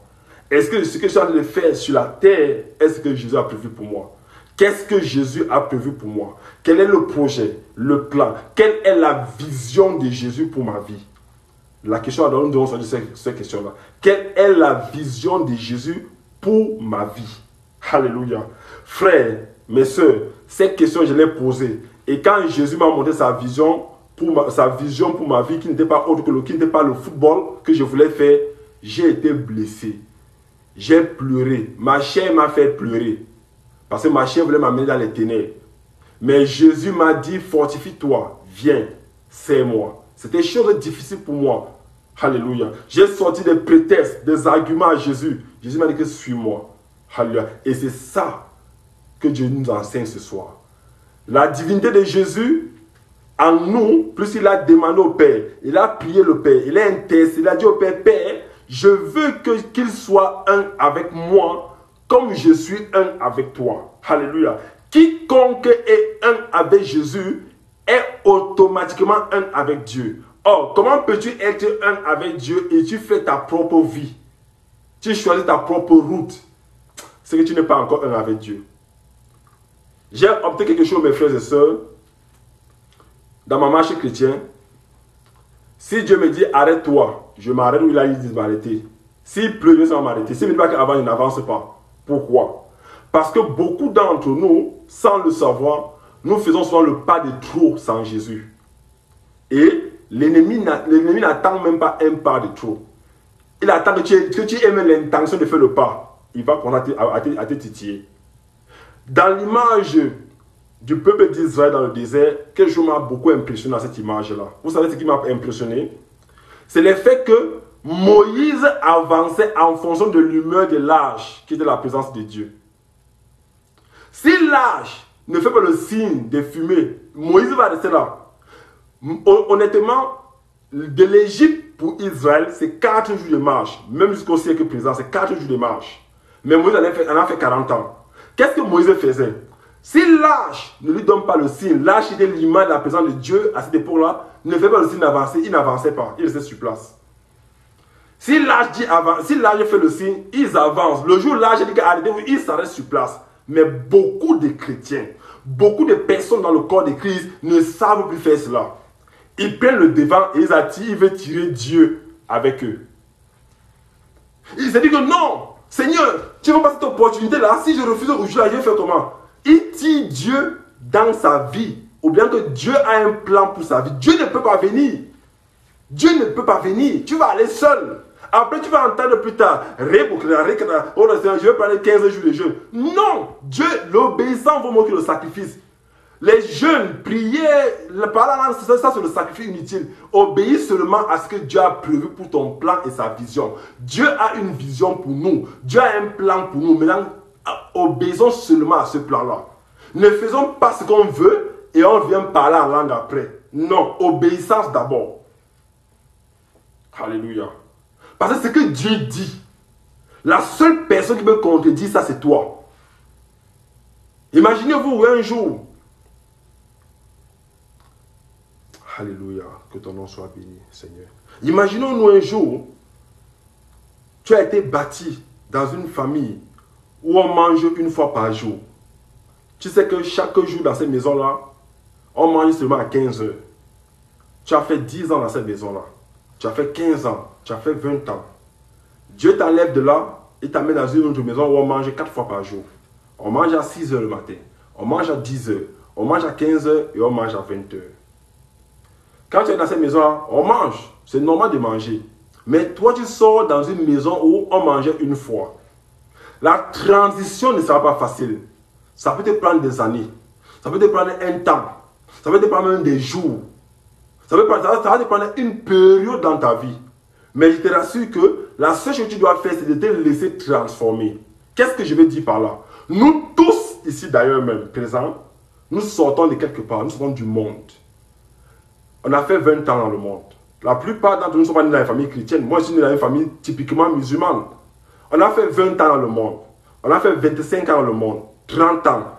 Et nous sommes venus à Jésus. Quand j'arrive à Jésus, le monde où je vivais va toujours m'attirer parce que ça a des signaux en moi. Et ces signaux-là vont m'attirer pour me faire sortir de la vision de Jésus. Or, c'est la vision de Jésus qui m'a attiré par son sang qu'il a payé pour moi. Sa divinité qui marche en moi. Ça m'a attiré à Jésus. Il faut un temps de transformation. Et cette transformation sera possible que si et seulement si toi tu as assez d'avoir de te transformer. Alléluia. Écoutons la parole du Seigneur dans le livre de Job. L'Esprit de l'Éternel a parlé à Job dans Job 42. Il dit Job répondit à l'Éternel et dit, je reconnais que tu peux tout et que rien ne s'oppose à tes pensées. Alléluia. Job dit à Dieu, je reconnais que tu peux tout et que rien, il dit bien, et que rien ne peut s'opposer à tes pensées. Quand j'ai lu ce verset, j'ai dit Seigneur, quand Job dit rien, il parle de quoi? Le rien là pour moi, je vais dire ça c'est pour moi. Ça je parle en fonction de moi. Je ne parle pas en fonction de ce que la Bible dit, en fonction de moi, à travers ce que le Seigneur m'a enseigné. Quand il dit rien, ma soeur, mon frère, regardez Saül. Dieu a donné une mission à Saül d'aller faire, d'aller tuer une nation, de les tuer tous. Alléluia. Et Saül allait faire la mission de Dieu. Saül allait faire la vision de Dieu. Saül allait faire ce que Dieu a voulu, mais il a ajouté son moi dans la vision de Dieu. Quel était son moi qu'il a ajouté? C'est le fait qu'il ait vu des brebis, des moutons, jouffus, costauds. Il dit, oh Dieu, C'est pas possible. Tu n'as pas vu les moutons aussi? Donc je tue aussi les moutons. Alors que Dieu il a les tout tuer, de raser, de ne rien laisser. Il a dit que oh, les moutons là, tu as vu les bébés, le bétail là, tu vois, ils sont costauds, ils sont bien. Je ne peux pas. Je vais pas arriver à ça, je vais convaincre Dieu. Alors il a pris, il est revenu avec. Samuel le prophète lui a donné rendez-vous quelque part pour faire le sacrifice. Il arrive, il attend 6 jours. Dans son cœur, il sait que Dieu n'est pas là. Mais il faut dire que Dieu est en tout temps avec nous. Il n'y a pas un jour où Dieu choisit d'être avec toi. Dieu est tous les jours avec toi. Rassure-toi ce soir, ce que tu fais, Dieu a mis en toi une carte mémoire selon l'Esprit de Dieu est comme une carte mémoire, un disque Dieu qui enregistre tout ce que tu fais et tout ce que tu dis, que ce soit à l'intérieur ou à l'extérieur de toi. Donc méfions-nous à ce que nous pensons contre Dieu. Alors, au 6e jour, Dieu n'est pas... Bon, il n'a pas vu les signes de Dieu. Au 7e jour, le matin, il ne voit pas le signe de Dieu. Il se décide donc d'annuler la vision et le plan de Dieu pour sa vie et faire sa part et faire son moi ce jour-là. La Bible dit que quand Dieu s'est manifesté, Dieu l'a rejeté. Combien de fois nous aujourd'hui, nous faisons chacun ce que nous voulons et nous voulons que Dieu vienne rester avec nous. Alléluia. Dieu ne viendra pas rester avec nous dans ce que nous avons choisi nous-mêmes de faire. Non. Celui qui veut que Dieu demeure en lui et qui veut demeurer en Dieu par Jésus qui Nazareth doit choisir de faire ce que Dieu a décidé de faire. Alléluia. C'est ce que Job veut dire cela. Job veut nous dire que rien ne peut s'opposer au plan de Dieu. Alléluia. Il y a autant d'exemples dans la Bible. Que notre Seigneur soit béni. Alors nous allons continuer avec notre lecture. Nous allons aller dans Philippiens 1. Philippiens, ouvrez vos Bibles, vérifiez la parole. Philippiens 1 au verset 6. Ouvrons nos Bibles, vérifions la parole. L'ennemi demande de la paresse de vérifier la parole. L'homme qui lit peut se tromper. Ne faites pas confiance à l'homme qui lit, faites confiance à l'Esprit de Dieu qui est en cet homme qui lit. Il peut se tromper. Alors, mais comme nous sommes ensemble et que le Seigneur se glorifie entre nous, il va permettre qu'il n'y ait pas d'esprit de tromperie ici là. Alléluia. Dans Philippiens 1, verset 6, la Bible dit, je suis persuadé. C'est Paul qui parle au peuple des Philippiens. Il dit, je suis persuadé. Alléluia. Que celui qui a commencé en vous cette bonne œuvre la rendra parfaite pour le jour de Jésus qui Nazareth. Cette œuvre parfaite, celui qui a commencé cette œuvre parfaite. Il n'y a que Dieu qui peut avoir une œuvre parfaite pour notre vie. Alléluia.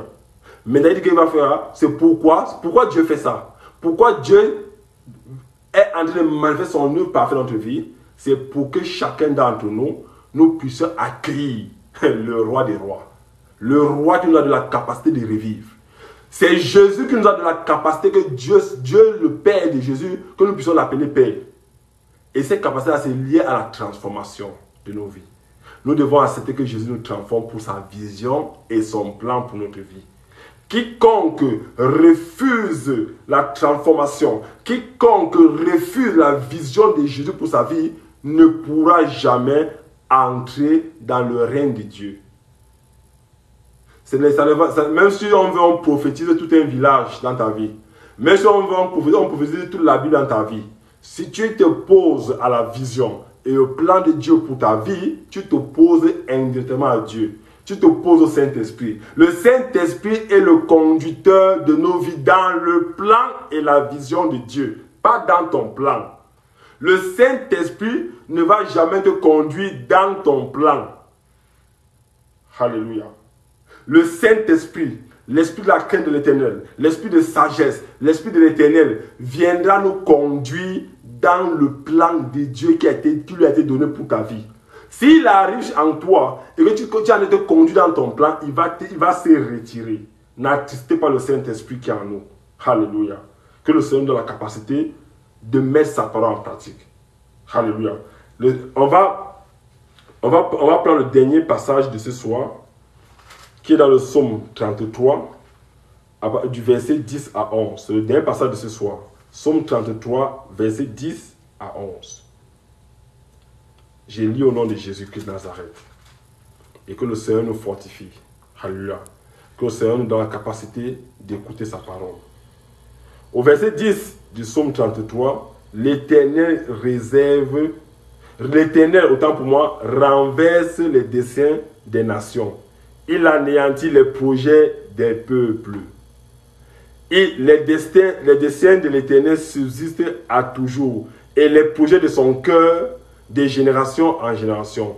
Verset 10, écoutez bien, relisez encore la parole. L'Éternel renverse les desseins des nations. Il anéantit les projets des peuples. Si tu as tes projets, Dieu va les anéantir. Il ne va pas accepter ça. N'amène pas Dieu dans tes projets, il ne sera jamais là. Ne nous trompons pas. J'ai entendu les gens dire que non, si tu pries beaucoup, Dieu va accepter ce que tu fais. Faisons attention. Que si tu jeûnes beaucoup, Dieu va accepter ce que tu fais. Faisons attention. Dieu n'est pas un charlatan. Dieu ne va jamais accepter le projet que tu fais qui n'a rien à voir avec lui. Alléluia. Dieu ne pourra jamais accepter le projet que tu as qui n'a rien à voir avec lui. Pourquoi? Parce qu'il y a eu un prix qui a été payé pour ta vie. Ce prix-là n'est pas négociable. Ce prix-là n'est pas négociable.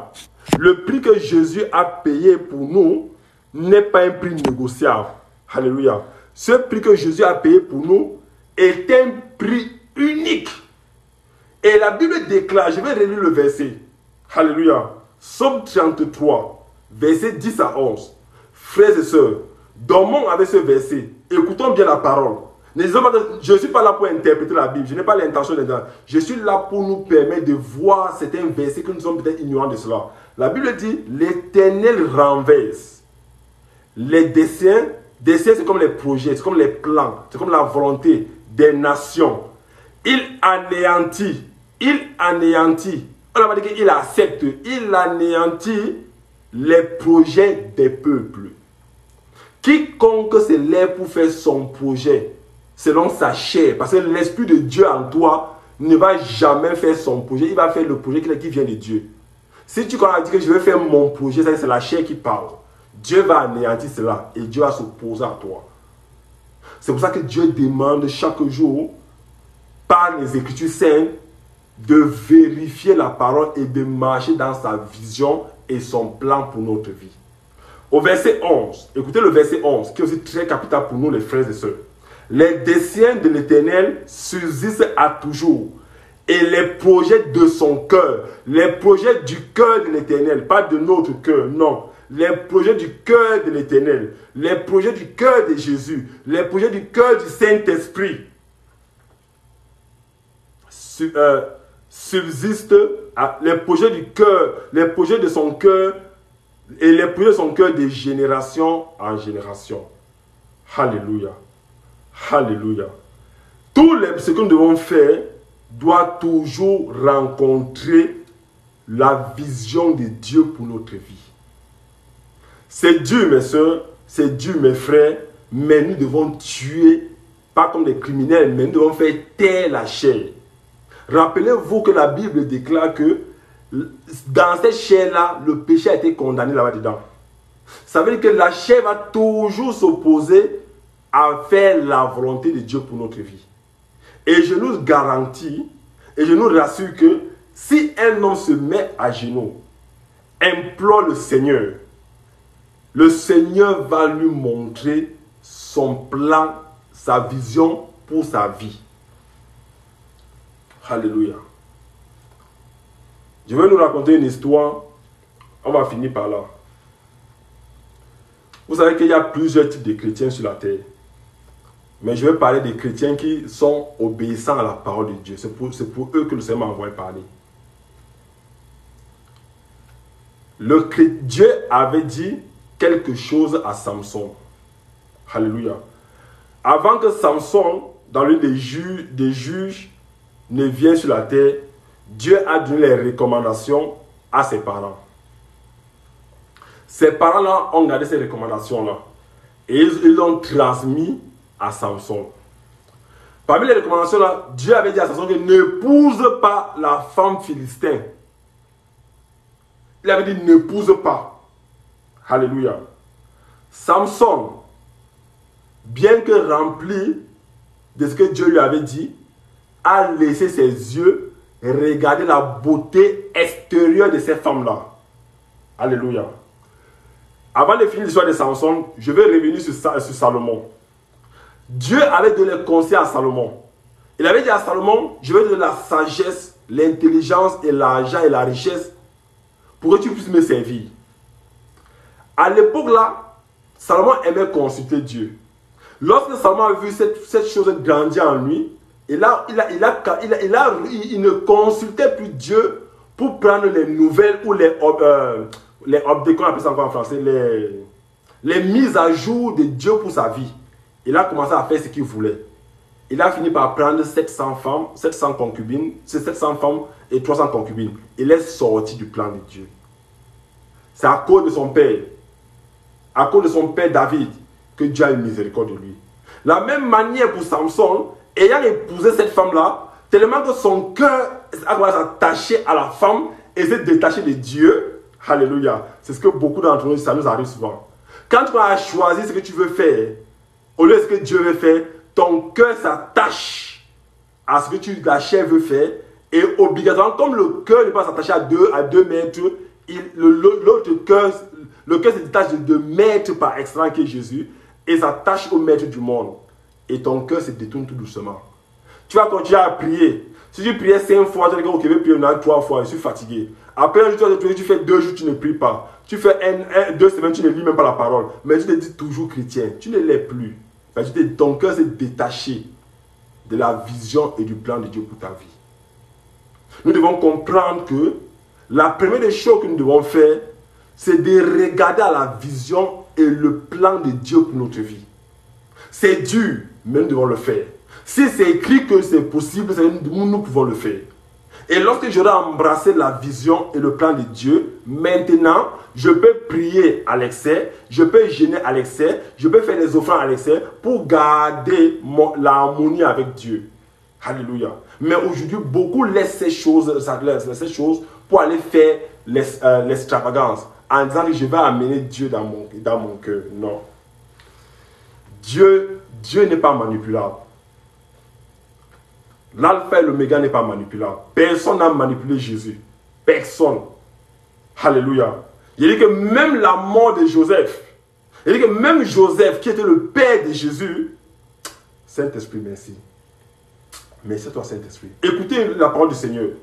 La Bible, le Seigneur est en train de me dire que de nous transmettre un message ce soir en disant que Joseph, le père de Jésus, Jésus l'aimait.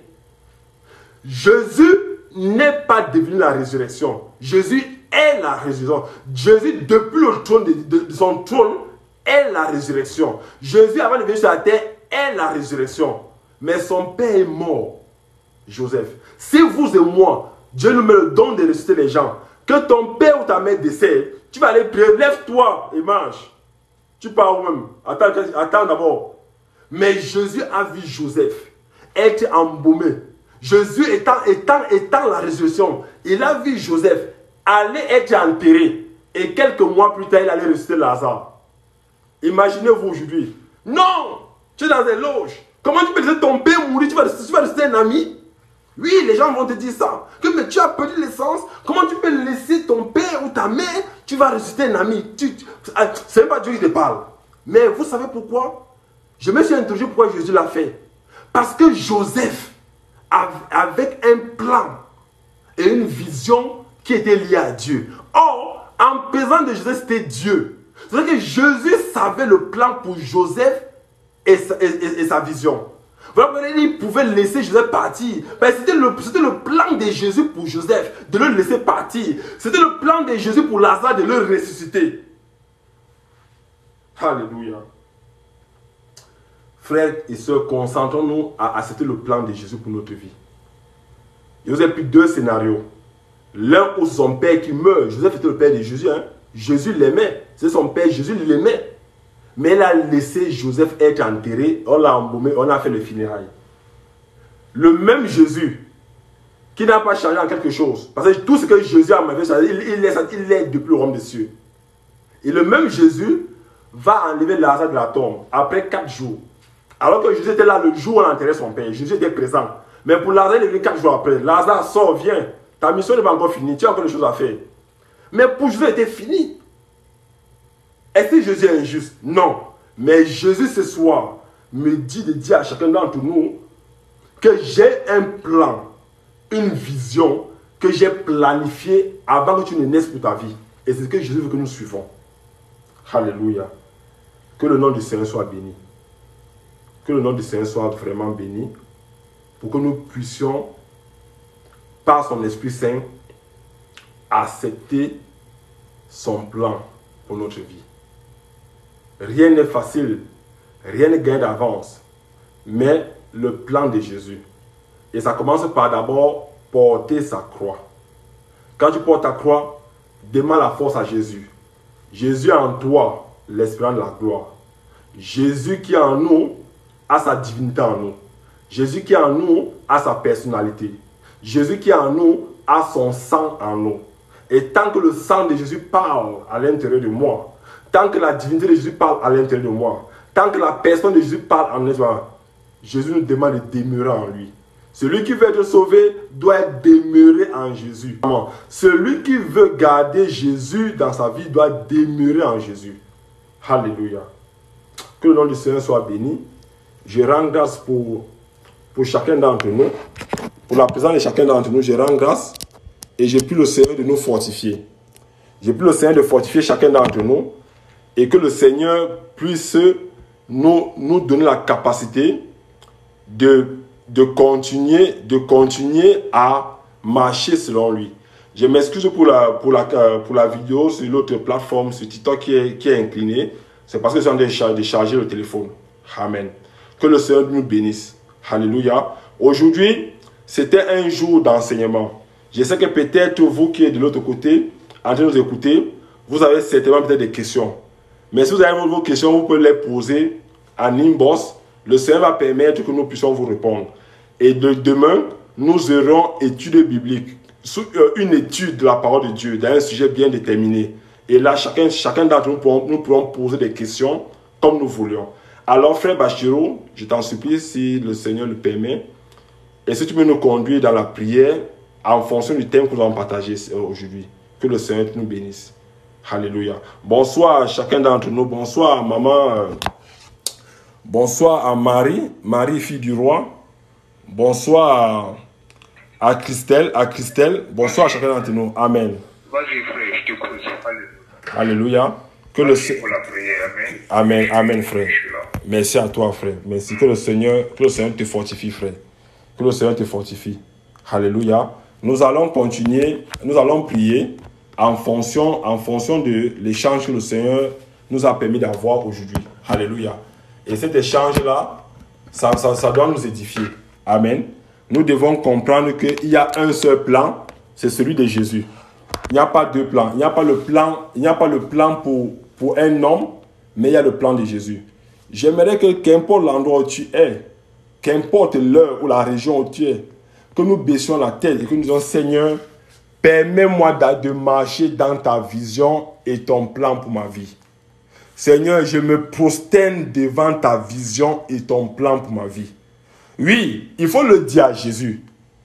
Écoutez la parole du Seigneur ce soir.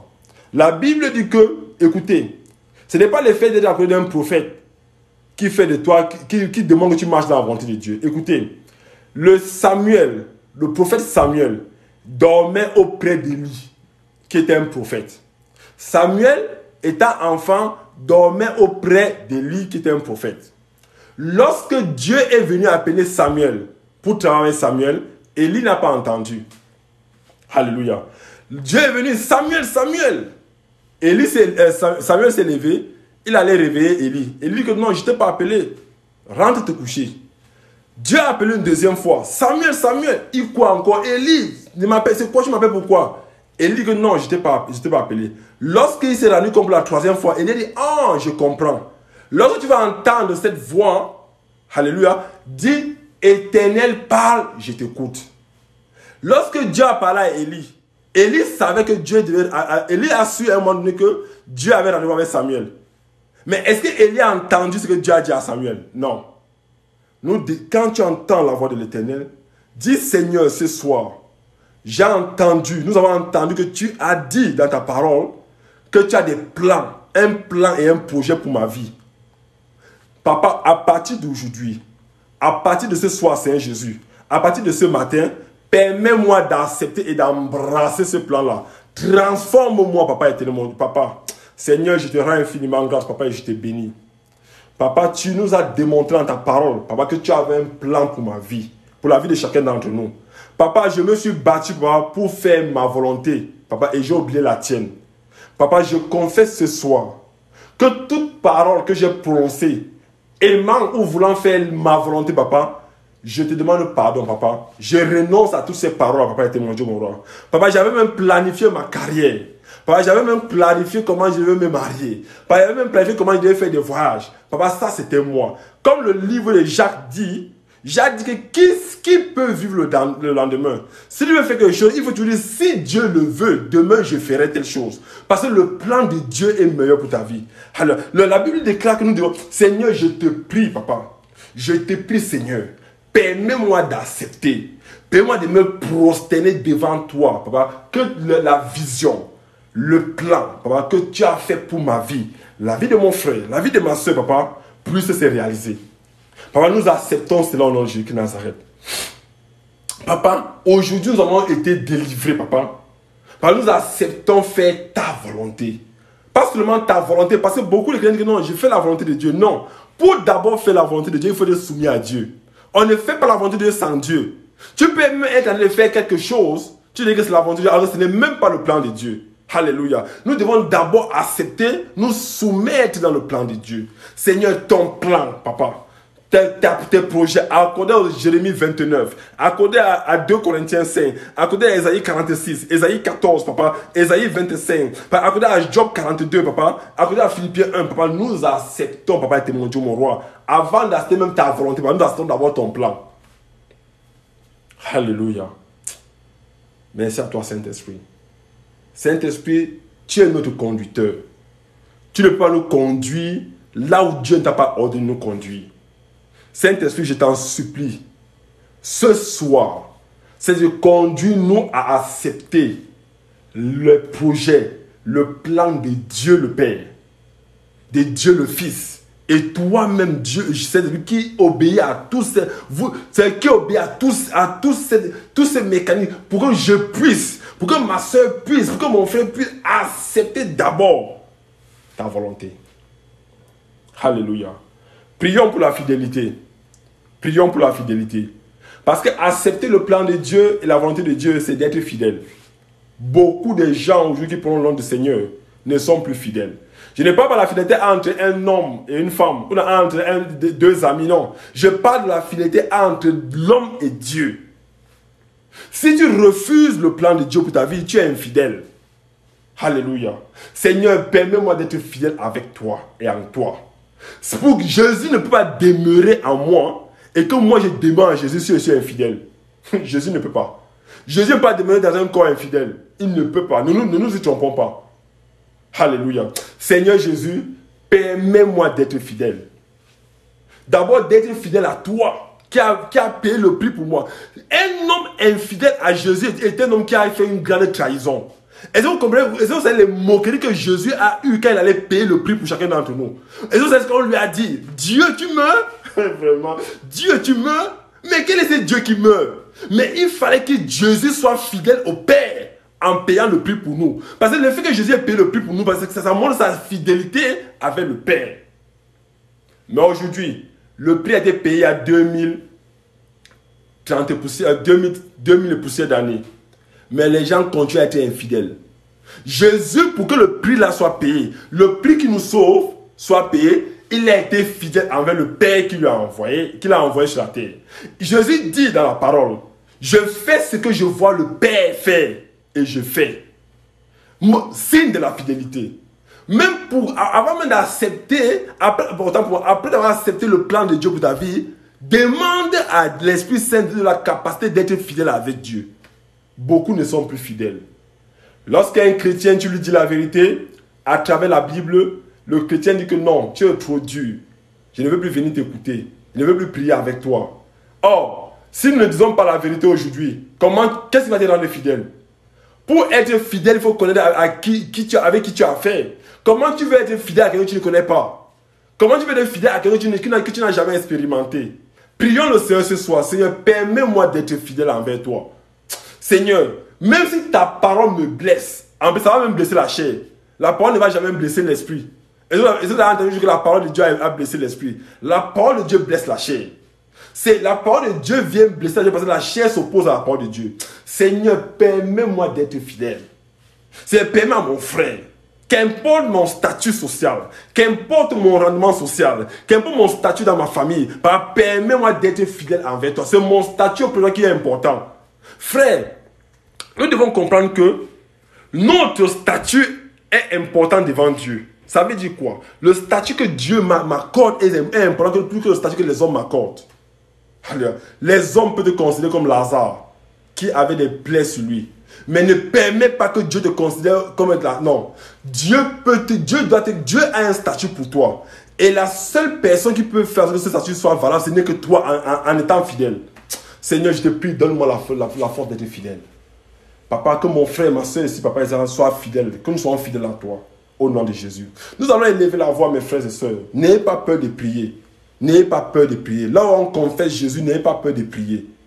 Alléluia. Personne ne peut mettre un esprit contraire en toi si ce n'est l'esprit de Dieu qui marche en toi. L'esprit de Dieu qui marche en toi, personne ne peut te contrarier à enlever cet esprit. Prions devant Dieu d'être intègre. L'intégrité. Alléluia. L'intégrité, pourquoi? Le prix que Jésus a payé émane de la fidélité. Alléluia. Mais je vais vous dire quelque chose, frères et sœurs. La Bible déclare Jésus est égal à Dieu. Alléluia. Mais Jésus dit quelque chose qui m'a beaucoup intrigué, c'est que il dit, Père, je te remets tout ce que tu m'as donné. Quand tu me les as donnés, ça m'appartient, mais je te les remets. Aujourd'hui, lorsque certaines personnes, leur statut social change. Alléluia. Oui, ma soeur Marie, on va prier pour toi. Ne t'inquiète pas, on va prier. À la fin, on va prier pour toi. Je vais demander au frère Bachirou de prier pour toi, ma soeur Marie. Ne t'inquiète pas, on va prier pour toi. On va prier pour toi. Alléluia. On va prier pour toi. Il faut être intègre. Je parlais de l'intégrité. Malgré la position de Jésus qui était et qui est l'égal de Dieu jusqu'à présent, Jésus n'a jamais rien fait sans consulter Dieu. Alléluia. Jésus n'a jamais rien fait sans consulter le Père. Malgré la puissance de le Saint-Esprit aujourd'hui, malgré les merveilles du Saint-Esprit, le Saint-Esprit n'a jamais rien fait dans nos vies sans consulter le Père et le Fils. Mais, combien de fois nous faisons des choses sans consulter Dieu? Alléluia. L'intégrité. Seigneur, je te prie, permets à mon frère et à ma soeur d'être intègre ce matin. Papa, nous te prions pour l'intégrité. Papa, je veux non seulement être dans ton plan, être dans ta volonté, être fidèle, mais aussi être intègre vis-à-vis de toi. Seigneur, ne m'éloigne pas de l'intégrité. Papa, développe en moi l'intégrité. Merci à toi, Seigneur. Alléluia. L'autre sujet que j'ai à nous dire, nous devons prier pour la patience. L'Esprit de Dieu est patient. Mais quand il dit patient, c'est que nous devons apprendre à être patients. Beaucoup de chrétiens aiment marquer le pas sans Dieu. Et ils se trouvent dans beaucoup de tourments. Dieu te dit, ne va pas à gauche. Tu dis non, je vais aller voir quand même, et puis je reviens. Et quand tu pars, tu portes les coups. Et quand tu reviens, tu dis, Seigneur, j'ai fait tes choses, pardonne-moi. Dieu va te pardonner, c'est vrai. Mais les conséquences, tu vas porter les conséquences. Seigneur, permets-moi, papa était mon Dieu, mon roi, d'être patient. La Bible déclare que le Saint-Esprit a tous le fruit du Saint-Esprit. Dans Galates 5, verset 22, il y a la patience à l'intérieur. Je ne prie pas que Dieu nous donne la patience, non, la patience est en nous. Mais je prie que Dieu nous donne la capacité de travailler notre patience et d'attendre. Que Dieu nous donne la capacité de travailler notre patience et d'attendre. Alléluia. Que le nom du Seigneur soit béni. Alléluia. Merci à toi, Seigneur. Oui, frère Bachirou, j'aimerais que il y a une soeur ici en ligne, la soeur Maria, qui dit qu'elle n'arrive pas, elle a du mal à prier depuis quelque temps. J'aimerais que tu élèves la voix, frère, pour cette sœur qui a du mal à prier. Et que le Seigneur soit béni. Alléluia. Frère Bachirou. Alléluia. Suis ma sœur Marie, nous allons prier pour toi. Alléluia. Tu as du mal à prier il y a quelque temps, depuis quelque temps. Nous allons prier pour toi. Nous allons élever la voix ensemble. Qu'importe l'endroit où tu es, ça ne m'intéresse pas. Le Saint-Esprit connaît là où tu es. Ce qui m'intéresse, c'est la sincérité du cœur que nous avons tous ce soir. Seigneur, nous te prions pour notre sœur Marie. Maria. Papa, elle a dit, papa, qu'elle a des difficultés à prier. Oui, papa. Ressource-la, papa. Ressource notre sœur. Papa, ressource-la, papa. Papa, là, voilà qui implore ta grâce, qui implore ta faveur, qui implore ta miséricorde. Papa, ressource-la. Que ton nom soit immensément béni. Au nom de Jésus-Christ de Nazareth. J'aimerais prier pour chacun d'entre nous. Nous recommander nous tous entre les mains du Seigneur. Alléluia. Et que ce que le Seigneur a permis que nous puissions écouter aujourd'hui, que notre cœur, que notre intérieur garde cela. Parce que ce n'est pas celui qui écoute la parole de Dieu qui fait plaisir à Dieu. Même l'ennemi écoute la parole de Dieu. Qui parmi vous connaît les versets mieux que Satan ou Lucifer? Mais c'est ceux qui gardent la parole de Dieu. C'est ceux qui gardent. C'est ceux qui acceptent que la parole de Dieu les change. C'est ceux qui acceptent que la parole de Dieu prenne vie dans leur vie qui font plaisir à Dieu. Seigneur, permets-moi de te faire plaisir en gardant ta parole. Papa, permets à chacun de mes frères, de mes soeurs ici, papa, de garder ta parole. Papa, je ne veux plus être celui qui est bon à écouter, c'est bon à écouter. Mais je veux être celui qui garde ta parole. Papa, permets-moi de garder ta parole, Seigneur. Papa, permets à chacun d'entre nous de garder ta parole. Que ton nom soit immensément béni. Au nom de Jésus-Christ de Nazareth. Au nom de Jésus-Christ de Nazareth. Alléluia. Je rends grâce au Seigneur pour la vie de chacun d'entre nous. Alléluia. Je rends grâce chacun la vie. Je rends grâce pour la vie de chacun d'entre nous. Alléluia. Pourquoi je rends grâce? Parce que Dieu, dans sa puissance, a sollicité nous sauver en Jésus-Christ de Nazareth. Jésus-Christ, dans sa plénitude, est venu nous sauver. Jésus savait que nous avons besoin de ce qu'on appelle un motivateur, un consolateur. Jésus ne nous a pas laissé orphelins. Il nous a donné le Saint-Esprit jusqu'à son retour. Jusqu'à présent, l'Esprit Saint travaille. Mais avec ceux qui acceptent de faire le plan et la volonté du Seigneur. Que le Seigneur vous bénisse. Que le Seigneur vous fortifie. N'ayez plus crainte. Jésus a vaincu le monde. Mais pour que nous puissions vivre dans la vie de Jésus qui a vaincu le monde, nous devons accepter sa vision et son plan pour notre vie. Soyez immensément bénis, mes soeurs, mes frères, soyez immensément bénis. Comme je disais tantôt, demain nous allons étudier la Bible. Nous allons prendre un sujet selon le Saint-Esprit dans la Bible. Nous allons étudier. Pour ceux qui sont en Afrique, ça commence à 17 h. Pour ceux qui sont en Asie, ça commence à minuit, à 0 h. Pour ceux qui sont en Europe, ça commencera certainement à 18 h. Pour ceux qui sont en Amérique, ça commencera à 12 h chez eux, ou 13 h maintenant, selon le décalage horaire.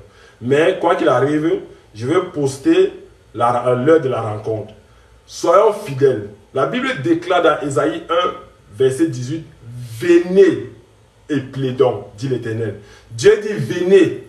Mais il ne dit pas plaider, il dit plaidons. C'est-à-dire que lui, y compris avec nous, nous plaidons. Alléluia. Merci à toi, Seigneur. Que ton nom soit immensément béni. Alléluia. Nous allons clôturer. Je vais nous recommander entre les mains du Seigneur. Saint-Esprit, esprit de la crainte de l'Éternel. Esprit de l'Éternel. Esprit de sagesse. Esprit d'intelligence. Esprit de conseil. De force. Toi qui nous as réunis ce soir. Qu'importe les décalages horaires, qu'importe les situations géographiques, papa, toi, tu es dans le temps, tu es hors du temps et tu marches avec le temps. Tu as permis que nous soyons connectés, papa, et témoins du monde pour te louer, pour t'exalter, pour parler de ta divinité. Père, au-delà de ce que nous avons dit, s'il y a eu des erreurs, papa, pardonne-nous, car nous sommes faits de chair, comme tu le sais bien. Et donne-nous la foi de corriger. Parce que c'est tout ce que nous avons dit qui vient de ton trône, papa.